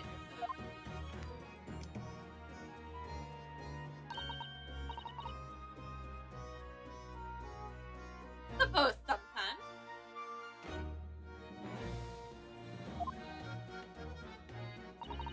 You're not going to deny it either, Miss Magistrate.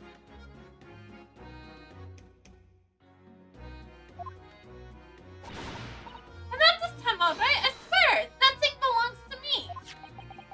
At this, Greg is holding. Perhaps we should see what he has to say about this.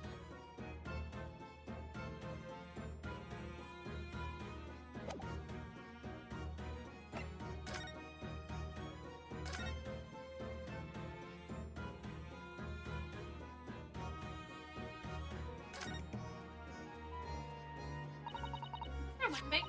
What exactly is this metal disc that Miss Lobstray has brought in? It seems to have hundreds of tiny little bumps on its surface. We were just looking at the music box. Ah, this music disc. It's used for inside a music box. We were just listening to one. Can we hear what her music disc sounds like? If that's okay with you, Tina. In a music box. What? Don't you ever know what a music box is? You Eastern plots are too savvy, eh? We were just listening to one. I know what a music box is. I just never seen one of those discs before.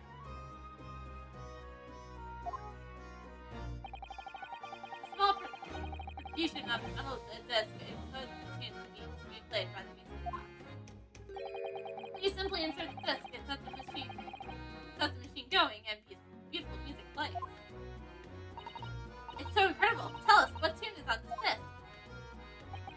Well, I'm afraid I couldn't tell you that.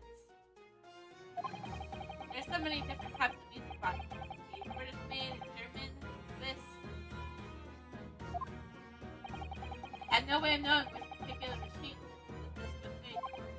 Ah, see. Can we put it in the music box and see if it works? What's in a nut? And that's it. That's it in a nutshell.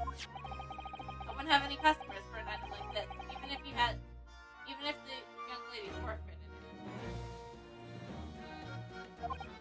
Really, I'm already offering more than I should out of penny. That's a pocket of flies. He told me he did. He said it was well. He who? Never mind you. It just ain't right. That's all. This horse is worth good money. I know it is. Well then, you have to try your luck at another pawnbroker.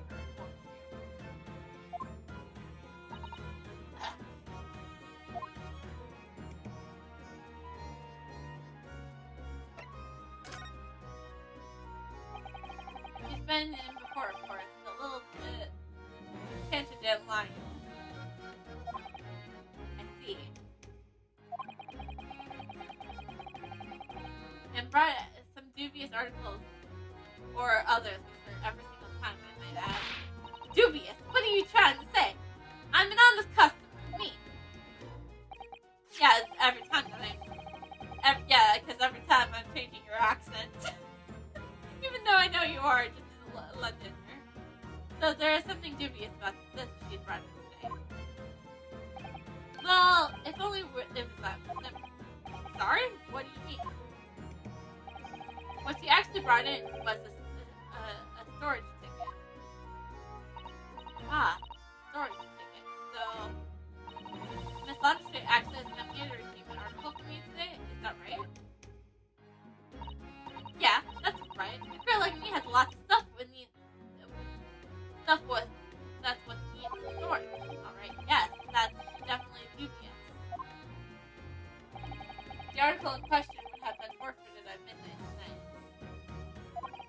But she has given me the ticket for it and repaid most of the loan with interest. I was obliged to return the article to her. But what is the article? Do you tell us, Mr. Murphy? The little scamp is wearing it, ma'am.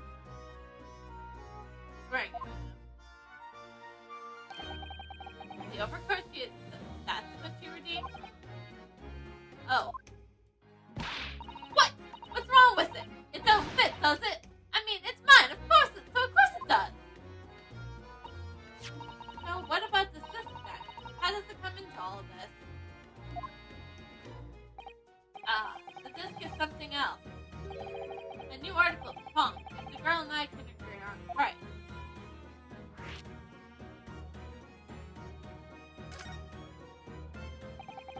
I'm confused. I thought you said Miss Lobstray brought in a storage ticket. That's really quite simple.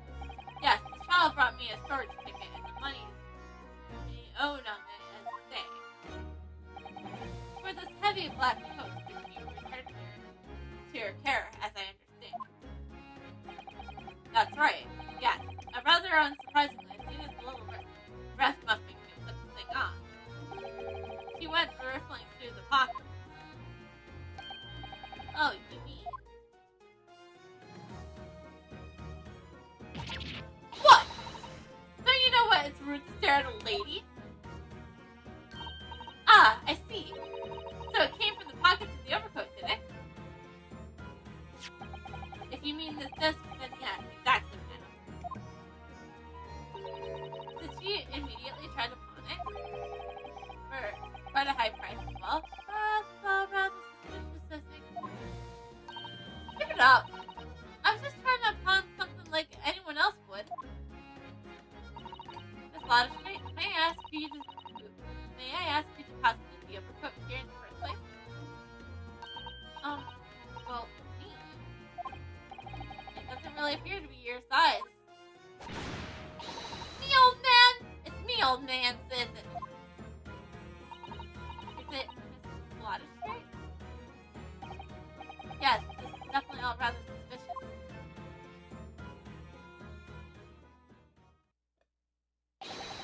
Out of my way, please! Who the fuck are you? Who is this picture postcard English gentleman?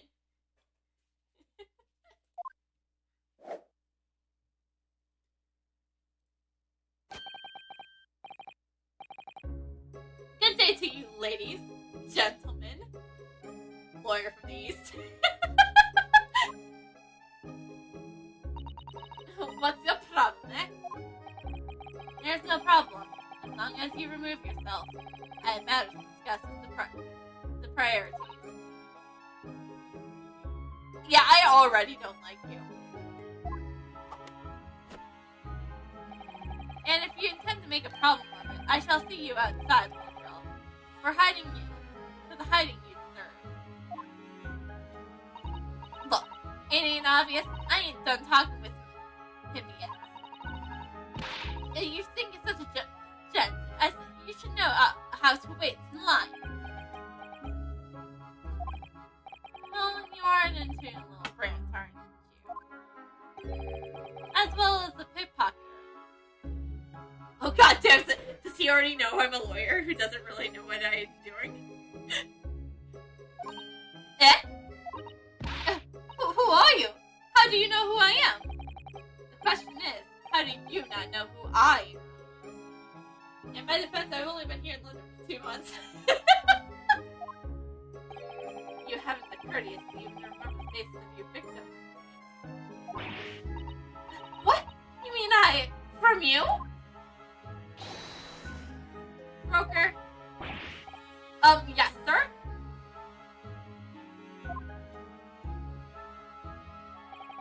I believe this filthy pocket thief has just redeemed an article from you know? Yes,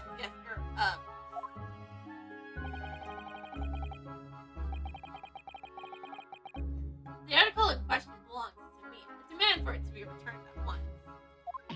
Oh my! I think we found the answer for what it belongs to. No, that's a lie. What are you trying to pull? Give it back. Give me back my overcoat, you rascal. And needless to say, and my music discs, too.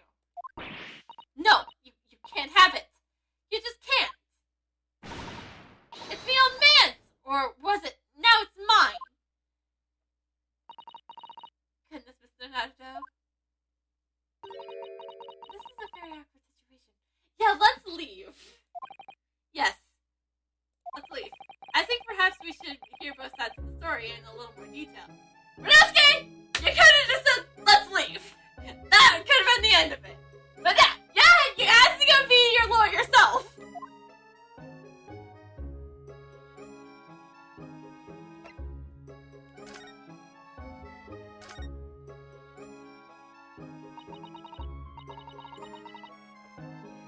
Miss Latterstreet, what is the gentleman saying?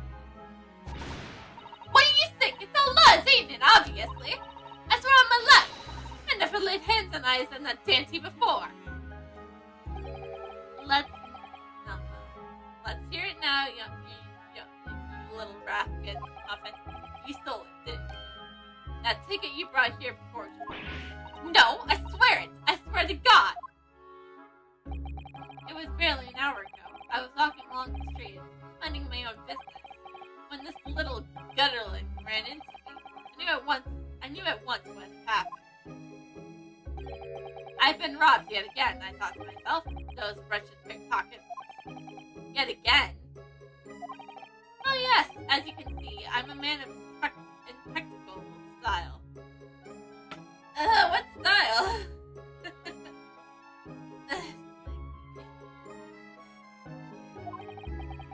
the first time that I've been targeted by these black scum and scoundrels.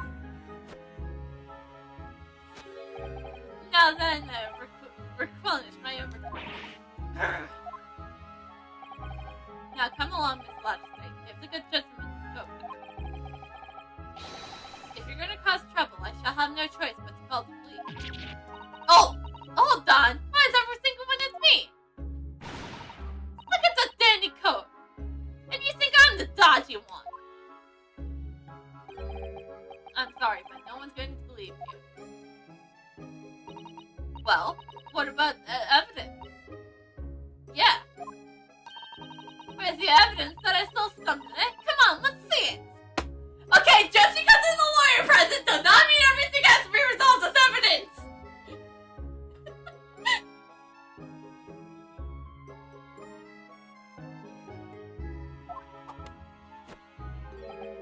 Oh, I haven't, naturally. You what?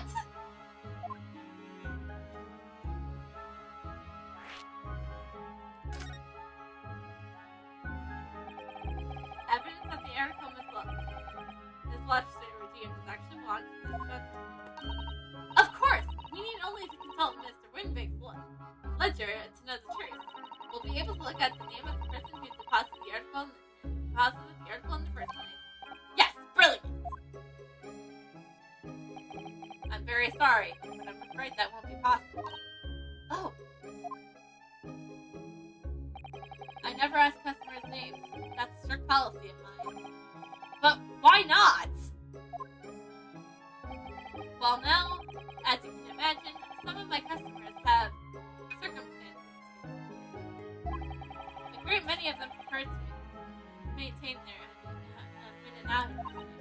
Yes, I see. That's a stupid policy. But then how can you know if an article belongs to the person asking to redeem? Oh, that's quite simple.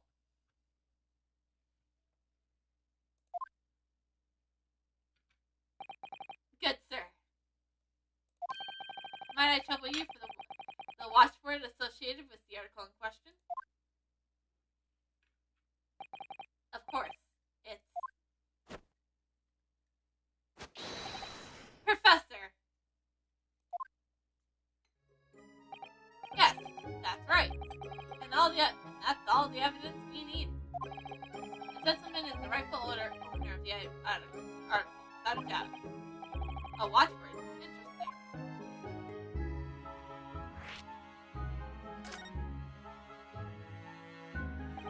So, about these watchwords, Mr. Woodwing, as I just explained, never ask customers' names when they deposit our items.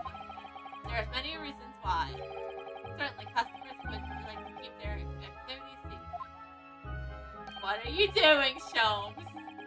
That wasn't exactly a subtle glance at Mr. Sholmes, now was it? Great detectives have no dark secrets. None at all! I mean, do you want to tell everybody about his dark part? His depressed state this morning? Yes, well, anyways, that's why I always ask for a watchword whenever I accept new article. In many ways, it's like a secret combination of the numbers used to unlock a vault. The date of deposit, description, and a watchword uniquely identify each item. And of course, when I get the storage tickets to customers. When someone comes to redeem something, I ask for the ticket and the watchword. And if someone tells you the correct watchword, you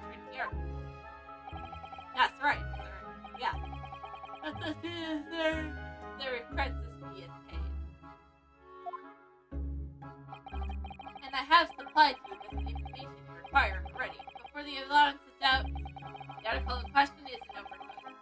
It was posted 2 months ago on February 15th. That's when we arrived in London. With the watchword of Professor.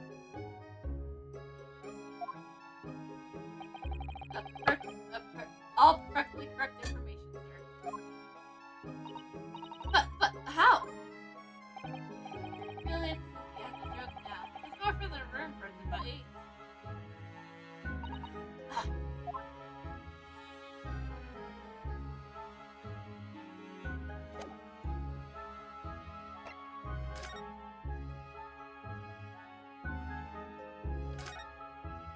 Oh, and Jump's gone. I thought Jump's all up and off the building, to be fair. Postcard gentleman. Excuse me, but who are you? One would expect the inquirer to introduce himself first. So clearly you are not a British, so perhaps our ways are foreign to you. I've been here for 2 months, sir. Oh, sorry, yes, we're from the Empire of Japan. We're studying here. Oh, yes, Japan. I've heard talks of the place. Its inhabitants live on some fiery brown clouds dressed with exotic spices. You might be thinking of somewhere else. And what's with all that theatrical gestures about? Perhaps, anyways, if you are a gentleman, sir, you will offer your name for inquiring after the name of another. Of course, yes. I'm Renesque Natado. I'm a lawyer. Well, student of law, really. My name is Kata Makuba, and I'm Mr. Nadado's assistant. I see. You totally not recognize us? Like the 2 times about being with in court? My name is Benedict. Yes. Expert! I swear, these names are not taken seriously. Names in this franchise are not taken seriously. Egbert and Benedict.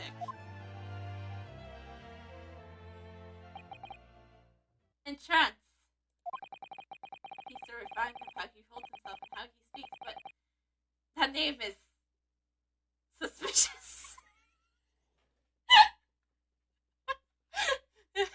Also, not taken seriously. Now, to the matters at hand.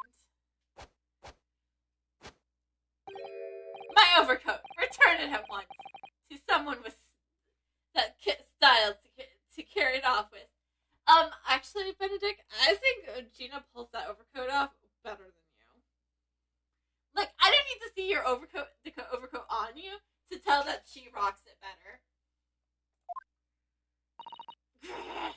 Every move he makes, every breath he takes, every step you take, I'll be watching you.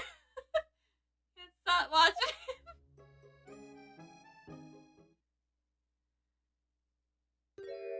Yeah, honestly, Gina pulls it off better.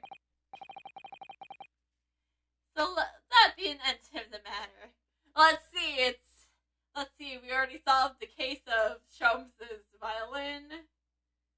And now this. We're doing great. And it's only been 2 hours! And thank you for your custom, Mr. Egbert Benedict, sir. With such responsible rates of interest, I may even decide to come back. He is so good at poker. And this is why I hate grown-ups. Just because I'm a diamond, everyone thinks that makes me a liar. And the contents of the coat pockets, if you please, pour over. But of course, sir, here's the disc for you. Just this one?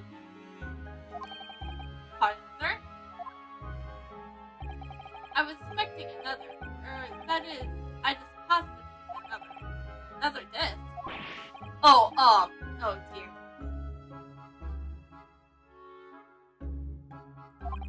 I regret to inform you, sir, that that's what was deposited with me was merely the overcoat. Whipping! Whatever you do not take out the gun!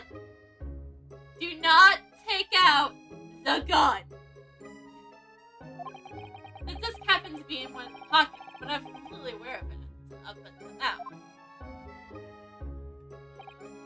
So, Federling, you're hiding more than what's rightfully mine. Or you are. Say who? I don't know nothing about it. Very well. Then I shall bid you farewell. Say goodbye to style. Wait a minute. That's this. Mine. Ah! What do you think you're doing, you little tramp? You draw blood, filthy animal. Oh my, yes. There's blood on the disc. All those sharp little bumps. That must have been scratching his finger on. I found it first, alright? I mean, that belongs to me, old man. So you're not having it. Oh, you take it. Me? If I can't hand it into it, they have to they'll have to off me again. So you keep hold of it. Miss Lobster, why does this so important?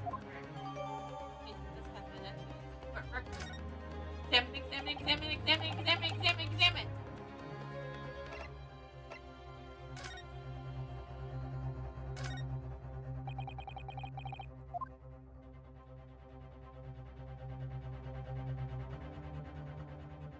Hold on.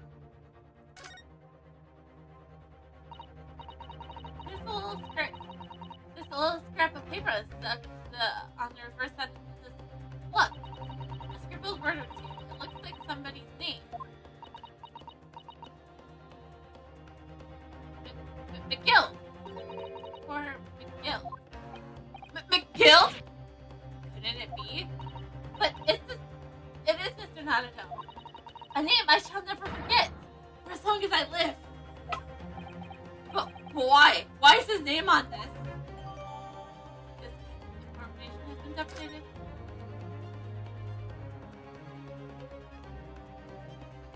Can we examine the blood? Oh, man. Ooh. Look at all the little bumps on this. They're so tiny. Yes, the portions are called pins. They puck like the teeth of the comb. No. And just on the edge, there's a small amount of blood. Yes, blood is mysterious. When Miss Lostrate was grabbed to this purpose, the pins and scratches his fingers. Like when you're grading something and some Danish radish or accidentally catch your finger. Ouch! Must be not there. Must be not feeding radish.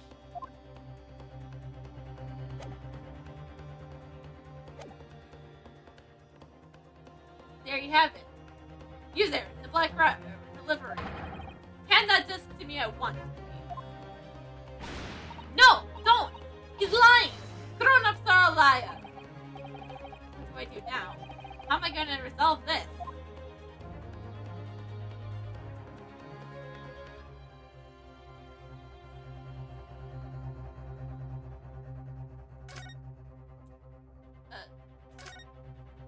Shops!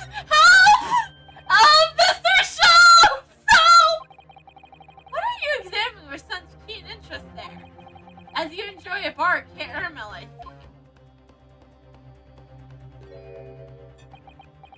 Oh god, is he in this depressing mood again? So, you found me at last, Mr. Naruto.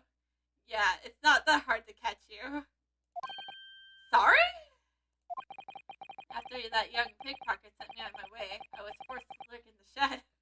I can't believe is Shows just scared of Gina?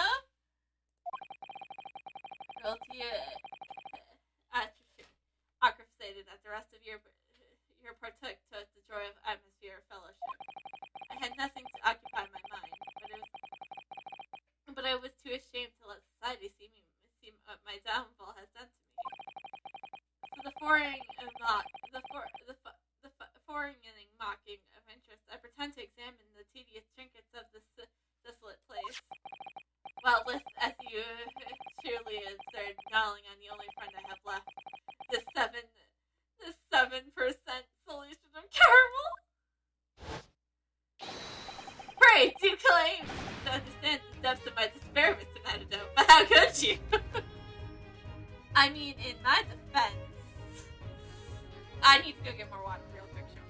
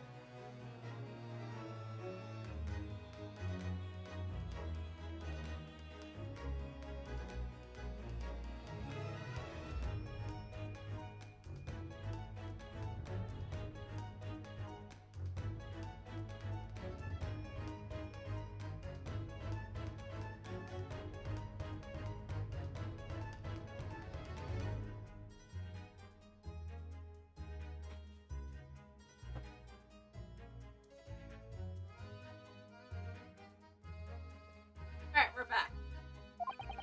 I was so lonely. So desperately lonely.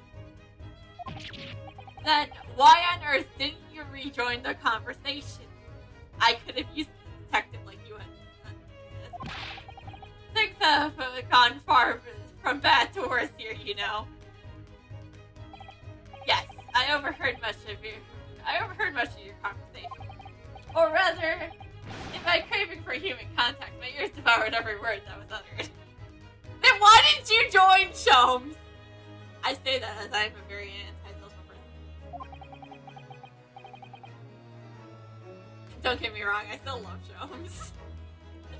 He's a dumbass, but he's very much a dumbass, but I love the dumbasses. You were really sad, weren't you? Poor Mr. I guess it was simply awful for you. It would seem that my interferences are correct.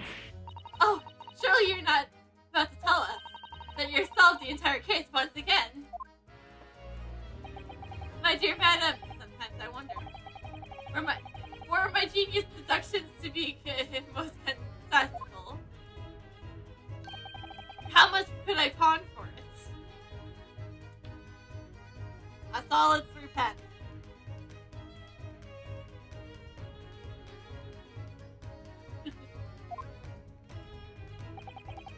Seems Mr. Sholmes had another one of his flashes of inspiration.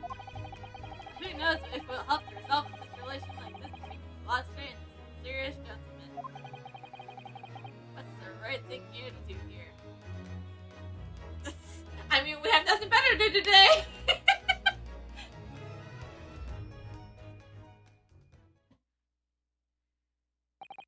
Well, Miss Lauderstrait, it would appear that you found yourself in some sort of predicament. Mr. Have you been it? You're the one who told them to get out of here! Pardon? When the lady's in trouble, it's her job supposed to be there to help. Straight away! Not an hour later! Yeah, Sholmes is definitely married to Gina. Harsh.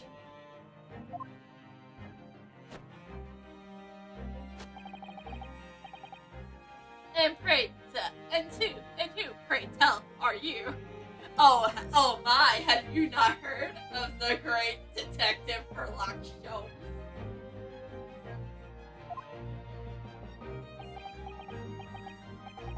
Mr. Benedict, I swear I still can't get over that that's his name.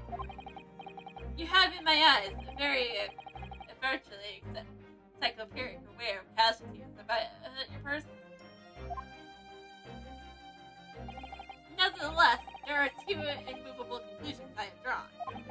I beg your pardon. The first is this. The true reason for your visit to the pawnbrokery today is something you have not yet revealed. And the second is this. A considerable crime is in compilation. Once you orchestrate, you tend to steal the vast sum of money. And you better not be careful. I already did say I was a lawyer, or at least a student of law. So you better be careful, Benedict.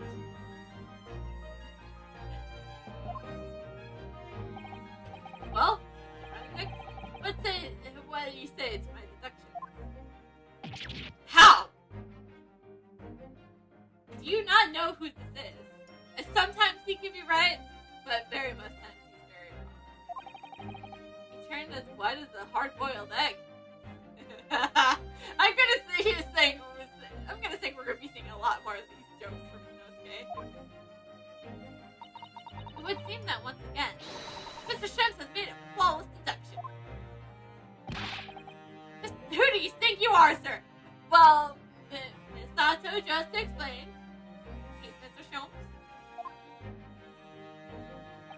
Ah, yes, as I hoped. Precisely the pained expression I was looking for. I love how this joke is just getting around of not telling him his name. So, shall we begin? It's an honor to hear your deduction first, Sholmes, and then I'll correct it. The time has come for yet another Sherlock Sholmes, logic and reasonable spectacular! I've been dying for one of these, man. It's been a while. The Great Deduction. The game is afoot. Topic 1. Mysterious man's scheme. First of all, we must ask ourselves on what business you ventured into the pawnbrokery today.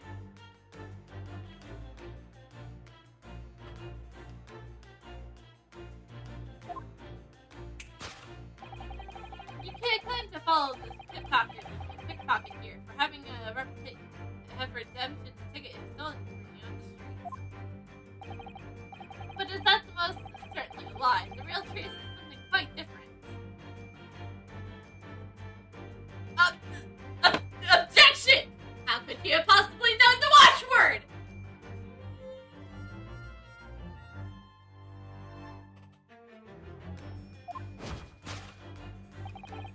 As revealed by what you are holding in your hand. Yes, what brought you to the shop in the first place? It's the staff recruitment flyer. The piece of paper in your hand the staff wanted advertising represents the very shop. Yet even the most observant would soon realize that men of your appearance would have no need for such employment. So in other words, there's some ulterior motive for your action.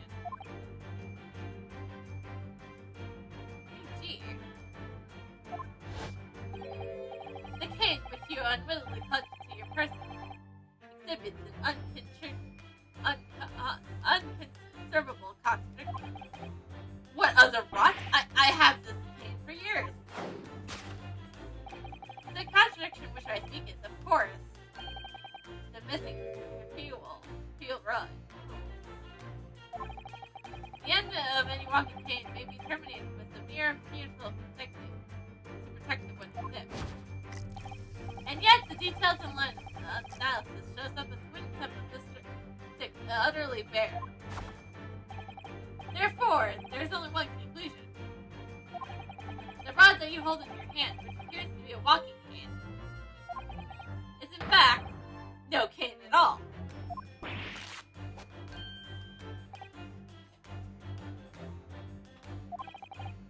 You recoil, sir. Something wrong? And in your recalling, you inadvertently effectuated the answer to the next conjuncture to present itself. Namely, which is the truth behind this rod you bear. Your reaction betrays the truth. The handle, which you evidently would like to conceal, the key of understanding this riddle, you see.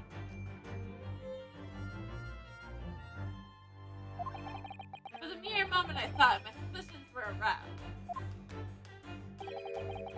What walking came to man such a stout handle, I mean? But of course, as I said, this is no walking cane. No, that's a rod.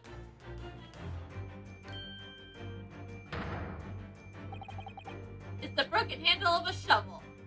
Actually, yeah, he's right. Those are shovels. Those are indeed shovels, not spades. The one in our office is a spade.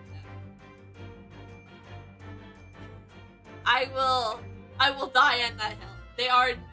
The one in our office is indeed a spade. What? Are you insane? And now, having determined this undeniable truth, the conclusion is clear. Your true motive coming here was to take employment at this establishment in order to exaggerate the ground beneath its premises. What a calculated crime you have conceived, sir. Wickedly calculated crime.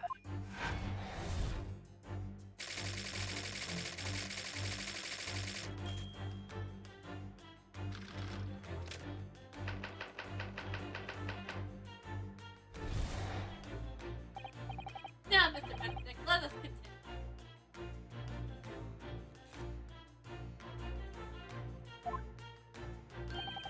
For we must expose the details of this elaborate crime you have planned. This is utterly absurd.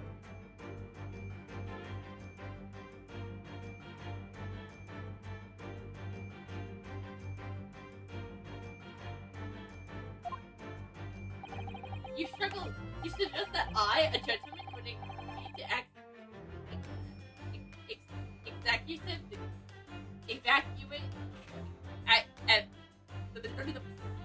execute the ground beneath this pawnbrokery with broken trouble? What on earth do you suppose that I could find back there? Some long forgotten treasure, I suppose. Say for such a fanciful theory, what possibly reason could I have, you say? Oh, but there's ample reason. As you are all too well, Mr. Benedict. Ah, and your fearless glance is more telling than I can suppose. What? Let us consider what motivates a man for instituting this travel. Because then it can really dig beneath the floor. The answer is revealed by the council's notice on the counter which your eyes drop. This letter gives notice to a public work carried out in the local area. And according to this enclosed plan on the uncovered sewage work, beneath the shop runs a sewer that joins another, and one that runs under the bank to the opposite side of the road. This madness has entered its sewers now, has it? By excavating the ground beneath your feet, would you gain access to the water that flows in very close proximity to the great vault of the National Institution Office. What are you? In summary, sir, you decide the master plan to pull off the elaborate bank robbery by digging underneath the underground. The master plan? Which brings us at last to the final chapter of this is what plundered the thief hopes to make from this underground vault, the underground vault of the bank. Are you quite serious? Having consulted with Scotland Yard some days ago, I happen to know the answer. But naturally, the answer is no secret to you, is it, Mr. Benedict? I have no idea what you're talking about. Allow me to present a rather interesting piece of evidence. You see, this picture or postcard tells us what we need to know. A postcard of the great exhibition. I'm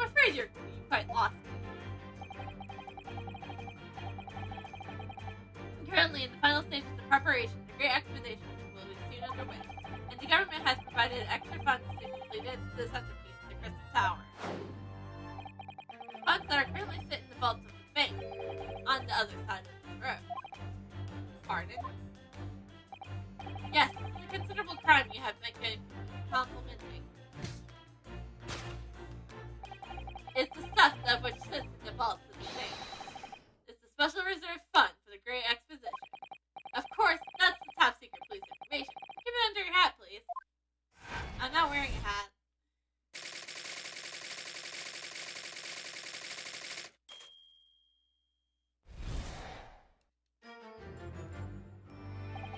Thus concludes Sherlock Holmes' great deduction of this pawnbroken puzzle.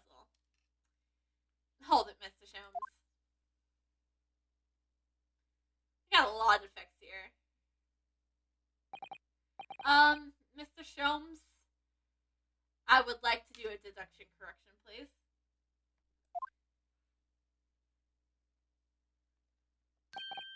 Well, Mr. Naruto, yeah, let me fix it.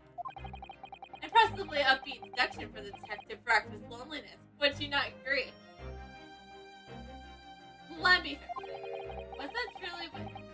Was that true about what you said about the big one of the road? What's in that? It's both. Indeed. So if you know of its existence, it's one of the government's most closely guarded secrets. And yet you let a pickpocketer hear that. Gregson told me in the strictest confidence. Yeah, like he would tell you anything. But you just announced it to everyone here. Rather loudly, in fact. Yeah, you let a pickpocketer know that. You let a lawyer know that. You let his assistant know that. You let the pawnbroker know that. Ah. And if it's such a big secret, how would Mr. Benedict come to find out about it? That could be only one explanation for that. Clearly, it's because the man is a criminal. That's the detective. But what if he didn't know anything about the money involved? If he's a criminal, as you say, then buying any shovel is sure to be the first thing he does now that he revealed the secret. Oh. Or if he doesn't, maybe Mr. Wimbig was still Mr. Wimbig would already have hunted his shovels here. All my life, I assure you, I'm not so speculative. Well, hopefully this has taught you all a valuable lesson. And I need to correct your deduction, obviously. Sensitive information must be handled with utmost care. This guy blabbed it to like 5 people. No one can be sure that someone with private secrets won't disclose them. And once the word is out, it's out. Perhaps I'll think twice before confining you next time, Mr. Holmes. And yet you still said that loud when there's a pickpocketer in the room. An excellent idea, Mr. Naruto. An excellent idea.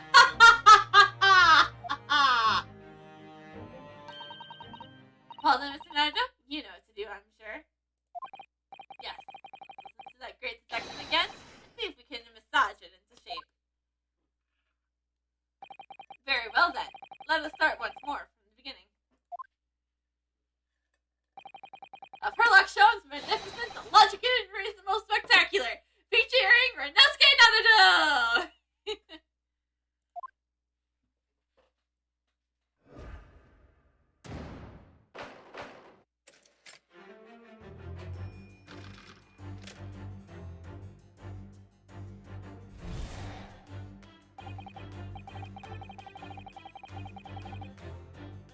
First of all, we must ask ourselves.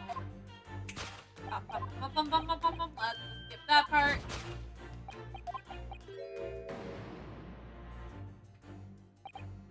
So, Mr. Shrum's reasoning. Mr. Benedict came here in order to apply for a job so he could dig through the floor. Yes, in an attempt to tunnel into the sewers and gain access to the money of the vaults across the road. But he wouldn't get very far with a broken shovel, would he? No, I think it's fair to say that the motive lies elsewhere. The question is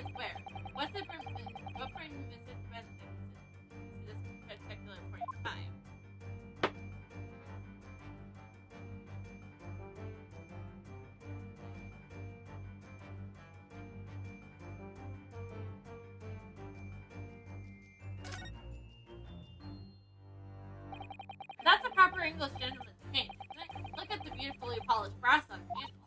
Yes, but Mr. Shums is right. It's not the sort of handle you usually see on a cane. Perhaps it's the latest in London fashion. I mean, that's just a guess. That's just guessing, of course. Perhaps he could adapt the cane. If I'd rather stay here. Nah, I think I'll stick with Chroma. I have a feeling it might argue with the sword around my waist.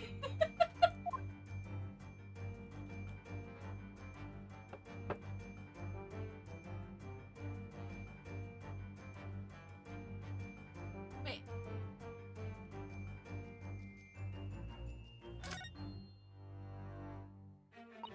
Oh! Look at the scribbled note on the back of the flyer here. I don't believe it. What is it? Listen to what it says. Name, Gina Latterstream. Height, 5'2".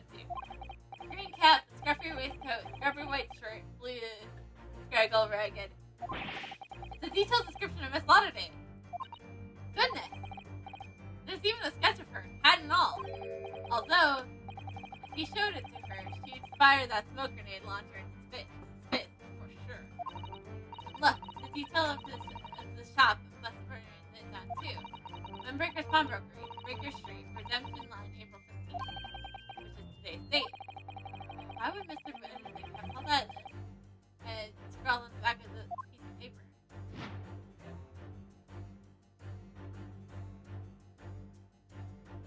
Objection! Yeah.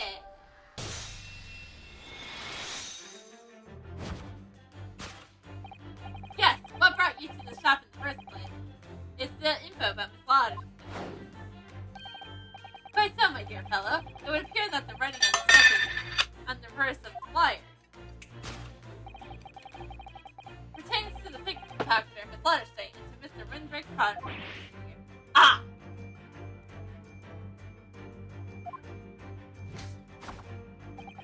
You originally told us that you were merely given the chase after Miss Latterstream stolen the redemption ticket from you. But that, sir, is simply a very lie. It's the information on the back of the flyer that led you here today, by which I mean here to Windbreaker Park, Remnant each day. The redemption 10 line of that overcoat. So, you waited outside for the young girl matching the description you had written down to arrive. And you have gone to some lengths to hide the reason for your pursuit of Miss Latterstream. In other words, there are some ulterior motives for your action. They came with you are unwillingly clutched to your person, exhibits, and address which is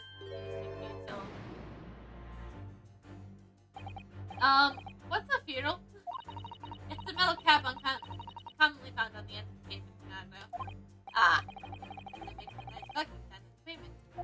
Yes, exactly. And Mr. Shums is right. It appears to be missing on this case. But it doesn't actually look broken, does it? No, it doesn't.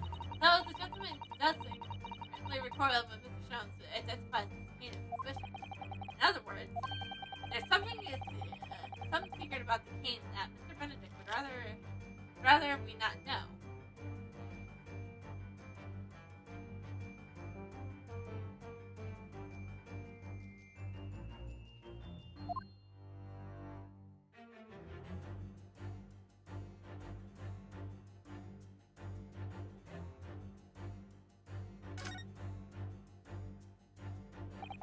Look here, Miss Sato.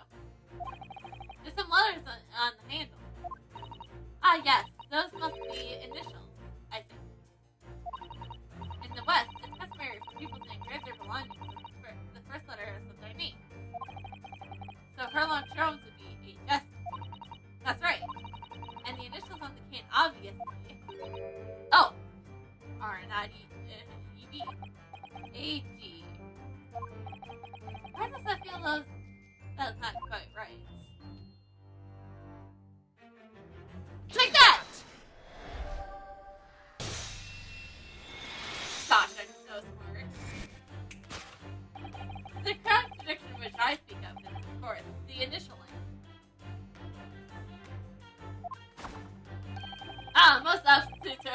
conservation. What did you say, Mr.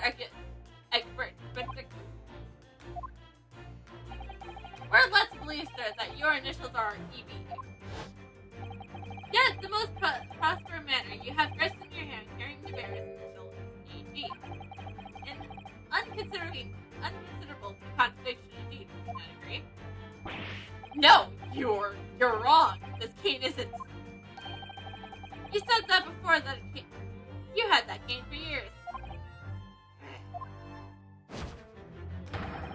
So don't try to tell us that you just borrowed it from a friend or found it in the park. In short, although you have told yourself to be a gentleman, you have withheld your true name. No, I don't think that's the case. You of course, sir, something wrong. In your record, you're divinely infatuated the answer to the next bidder that presents itself. Namely, what's the true meaning of it behind the bride you bear? Yes, retrace the truth. The handle which you evidently like to conceal is tied into the key understanding riddle, you see. Let's consider the bare bones of what's happened here. Miss Latterstreet redeemed that fine-looking overcoat, and now a mysterious man has appeared, introducing himself with a fake name, and claiming that the overcoat belongs to him. But we know he actually identified Miss Latterstreet from a written description, which suggests that everything else he told us is true. So what we need to do here is somehow prove that the overcoat cannot possibly belong to him.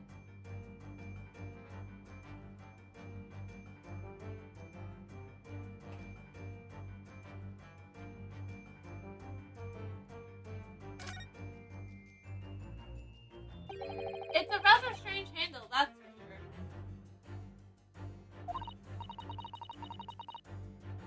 Yes, certainly unusual for a gentleman's cane. You expect to see such a cane being twirled charmingly by its owner as it skips merrily down the street. You do?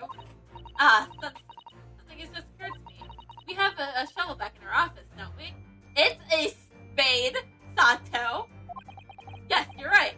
And its handle is exactly the same shape as this cane. Vernoske! It's a spade! You were correct! Here we go. Now I'm starting to wonder if it's not actually a cane. There you go, Vernoske! You're right! But if we're looking at the ones here in the shop, they are shovels here in this. But a spade. Mr. Shrim's deductions are curiously compelling, aren't they?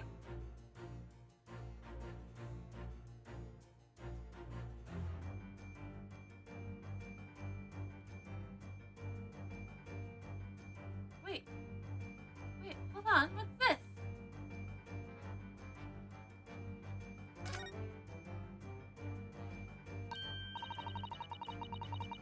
Oh, it seems that the shoulder here is coming. Look, so it is. Do you know, a moment ago when Mr. Benedict was surprised by something that was said, I thought I heard him make a rather strange noise. It sounded like a tiny growl. But now I think of it, it's probably the sound of the steam ripping open. If you look closely, it does seem to be a very tight fit. The sleeves are stretched to the bursting he went in, have hoped of fastening in the front. If he were to run around in it, I'm sure the whole thing would fall apart. I would like to see... Sorry? How can we make Mr. Benedict run around? He's really giving this some thought.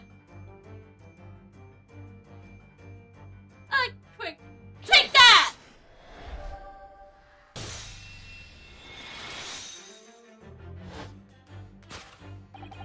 This one thing which you evidently like to conceal is the key to understanding this riddle, you see. Ah. Yes, because of the overcoat is rather obviously a poor fit.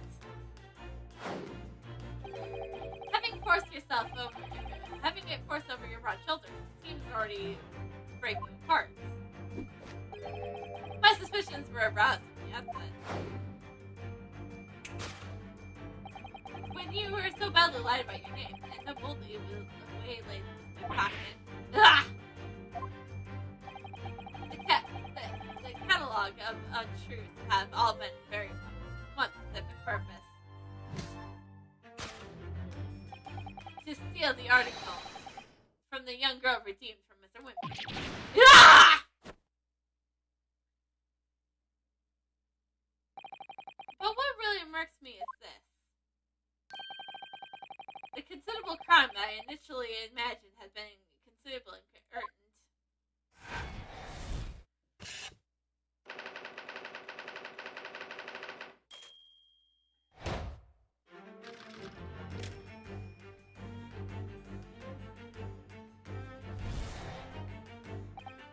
Now, Mr. Benedict, let us continue.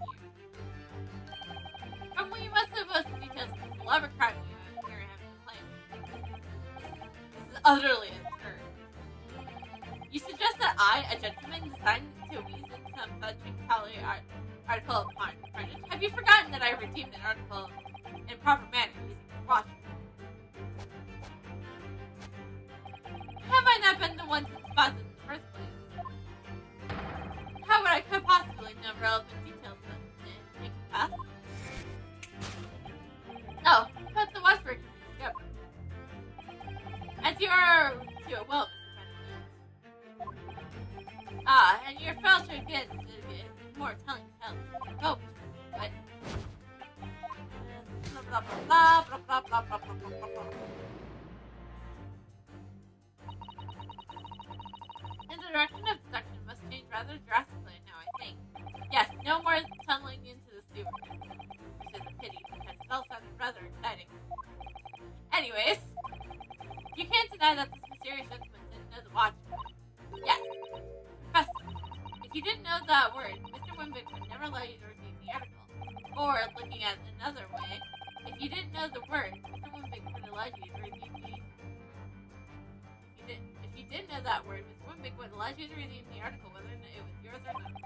So the question is, how could this gentleman have found the watchword somehow out of his mouth?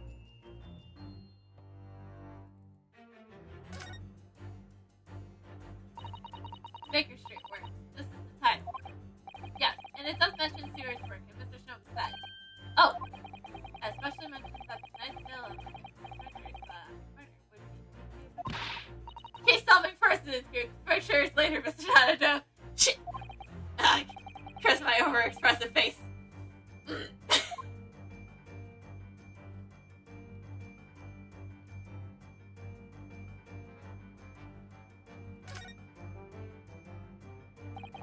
is Mr. Wimberger's gun. Yes, loaded with only 1 bullet inside. It would appear that being a pawnbroker is very life or death profession. That might just be this particular establishment.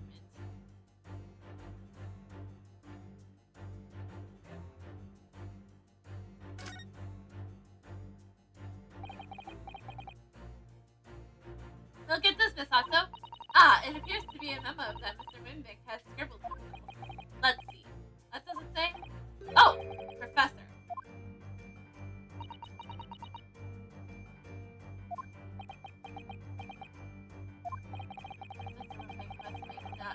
Must make note of his watchword since his customers get him right before their eyes. Warmly clears the script as well. Oh dear. I don't know where to look. Who knows whatever secrets they might see.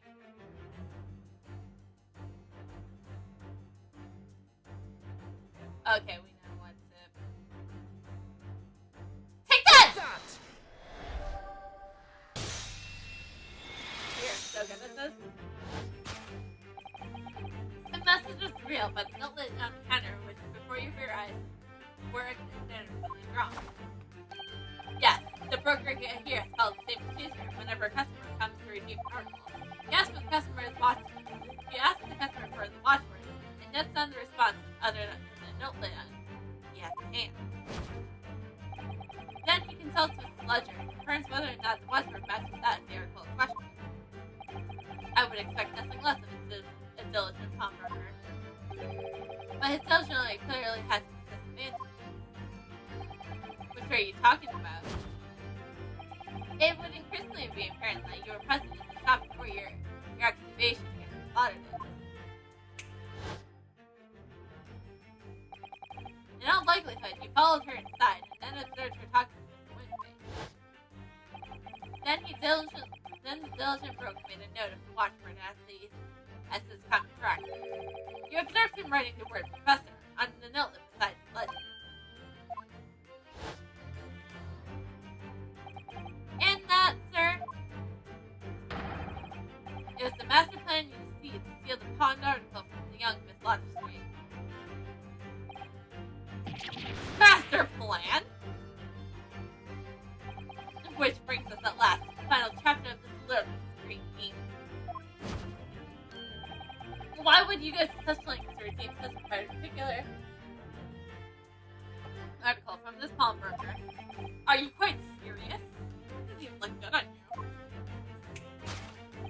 For the ill-filled overpass that hardly seems justified the efforts much worthless than a much worthless music box this.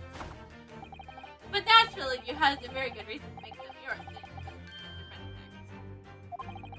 you? I have no idea what you're talking about. Allow me to present a rather interesting piece of evidence.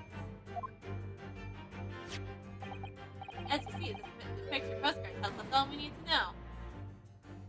And that article is talking about the article in the easy back of pockets. Which according to Mr. Woodwick isn't even worth a penny. Yet this man went to such lengths to steal them. Why? I wonder if perhaps we already have the evidence we need to explain it. Could we? Really? I better have a thorough look through all the evidence we've collected so far. I do that every time we get some evidence. We're not gay. Take that!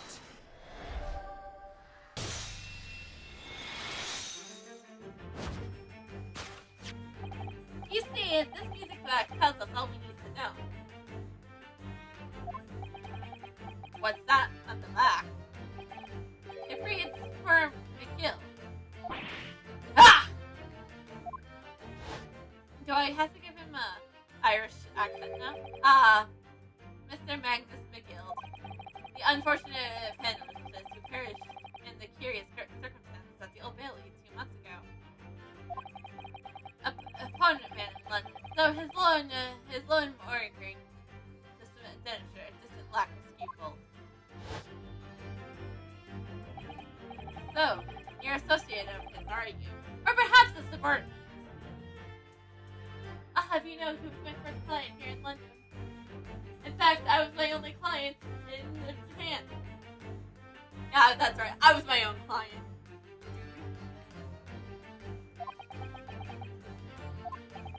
Mr. Guild was a man of unusually small stature. In fact, was he precisely the right size for that overcoat you squeezed yourself into? Ah! Your true identity remains shrouded in mystery, Mr. Egbert Benedict. But the final conclusion here is crystal clear. The reason you came to the pawnbroker today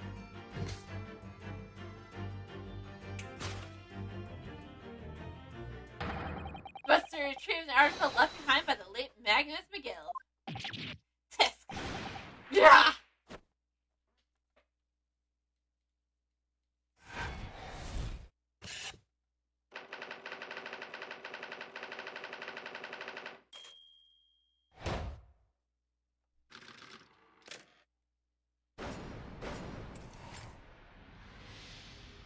Excellent.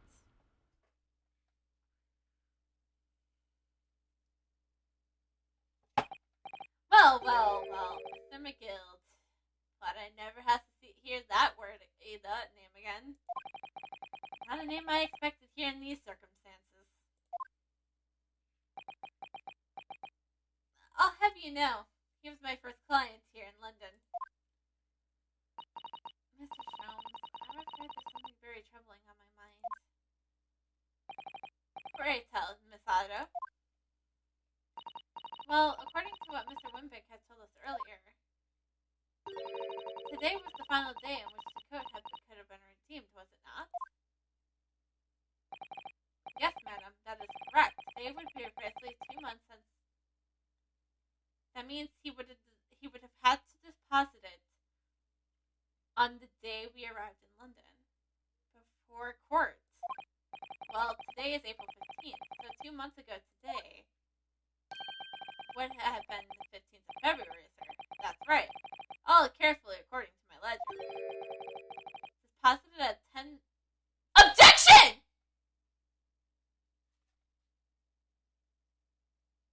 He would have been dead by then. What? But that suggests... Yes, 15th of February. It's precisely the day which the omnibus murder took place. Oh, that's what and 10:30 that in the evening. It's precisely the time which the terrible events were unfolding. Suggestive is not the word, but it seemed rather entirely beyond coincidence. Who exactly are you? You're, of course, at liberty to make whatever outlandish deductions you choose. However, I must insist you hand over the music box disc now. Put the gun down! I helped Mr. McGill, but unfortunately he got taken by the Reaper. Put the gun down. It'd be a terrible shame for you to return to your native land in a box. Why are you pointing a gun at me? What do I do?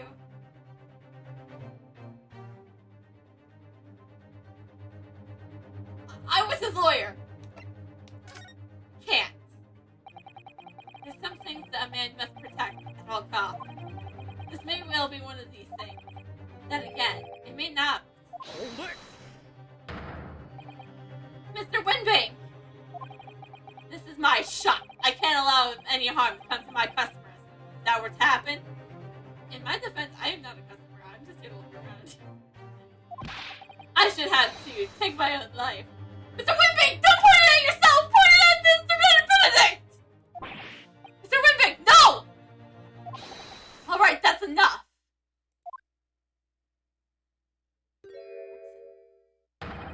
Inspector Gregson! Thank you for coming in time. Inspector. He threatened my life! Inspector, help! Being out a Japanese man declared we're a great lawyer. Gregson, please help us. That's right, sunshine. The alarms were raised once our a delicate emergency line. So we got here as fast as we could. Now, what's this about it? Oh, praise be, you're here at last. Oh, Mr. Winbank, thank you so much. I was moments away from forfeiting my own life in this very own establishment. Please put the gun down, Benedict. Thank you. It would seem that you have the upper hand.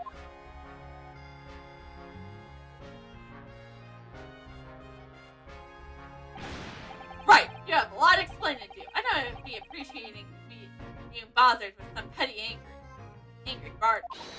Petty? Mr. Winbank is nearly met with his end. Yeah, but his own gun, as far as I can tell. Oh dear. Benedict was about to shoot me.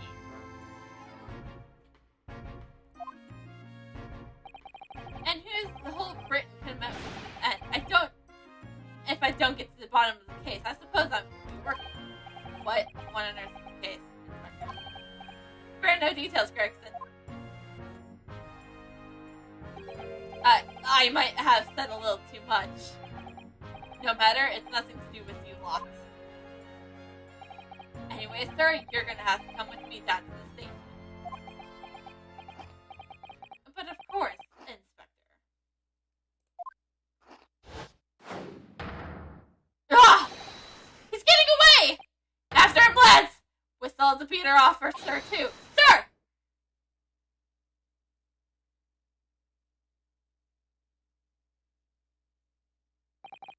There's been a spite of cess at the pawn shops around here recently. So we're fitting emergency buttons underneath our counters for brokers to let us know when there's trouble. Oh, Inspector, I was worried there for a while. Very worried indeed. Now then, Mr. Permanently in the morning.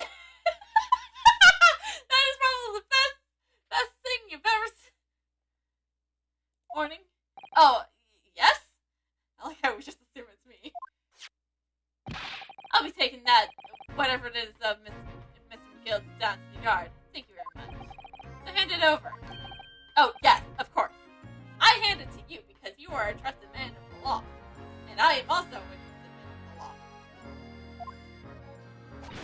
No, don't! Give it to him. That's mine, it is mine! Sorry, miss. But anything belonging to McGill has to be taken as evidence now. As evidence? If the police demand something as evidence when years follow, we have no choice but to count.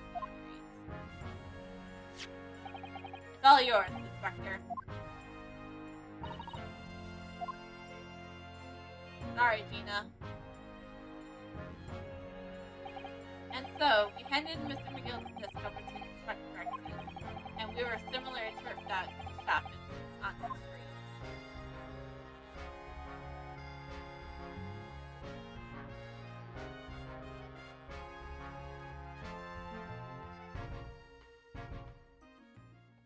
Okay, so I actually have things. Okay, I'm gonna be saving my progress here.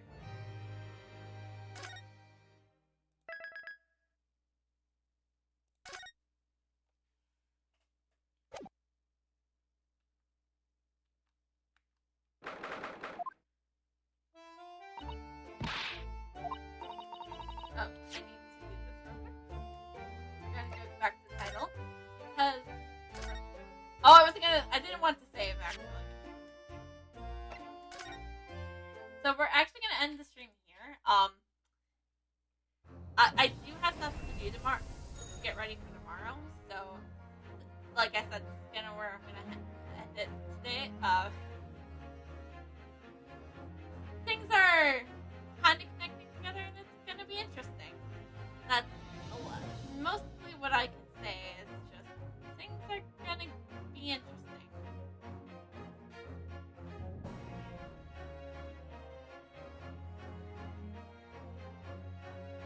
So, I hope you guys all enjoyed.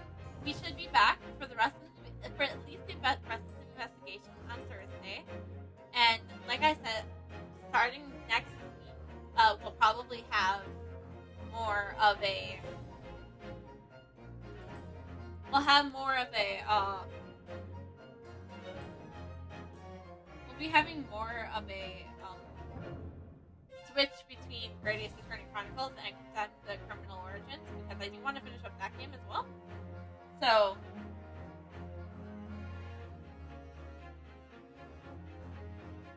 I'm also just trying to find something to read. So,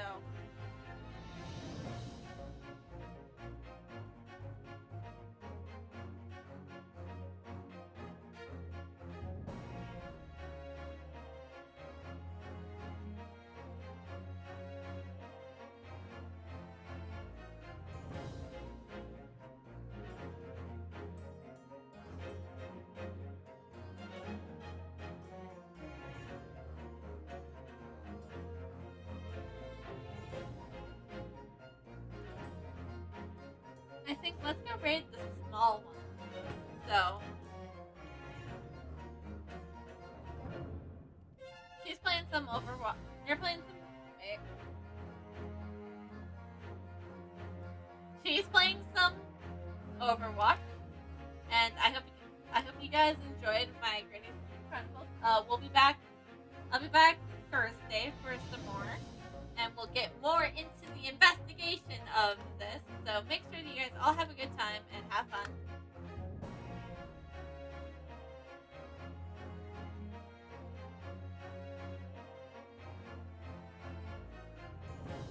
Oh, I did the wrong raid. Sorry, guys. It's smallest cafe for raiding, but it's the small one.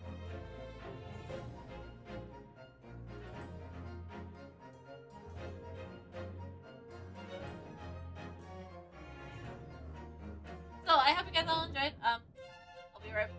We'll be, like I said, that's the end of Greatest Attorney Chronicles for us tonight. But I'll see you guys all later. Bye.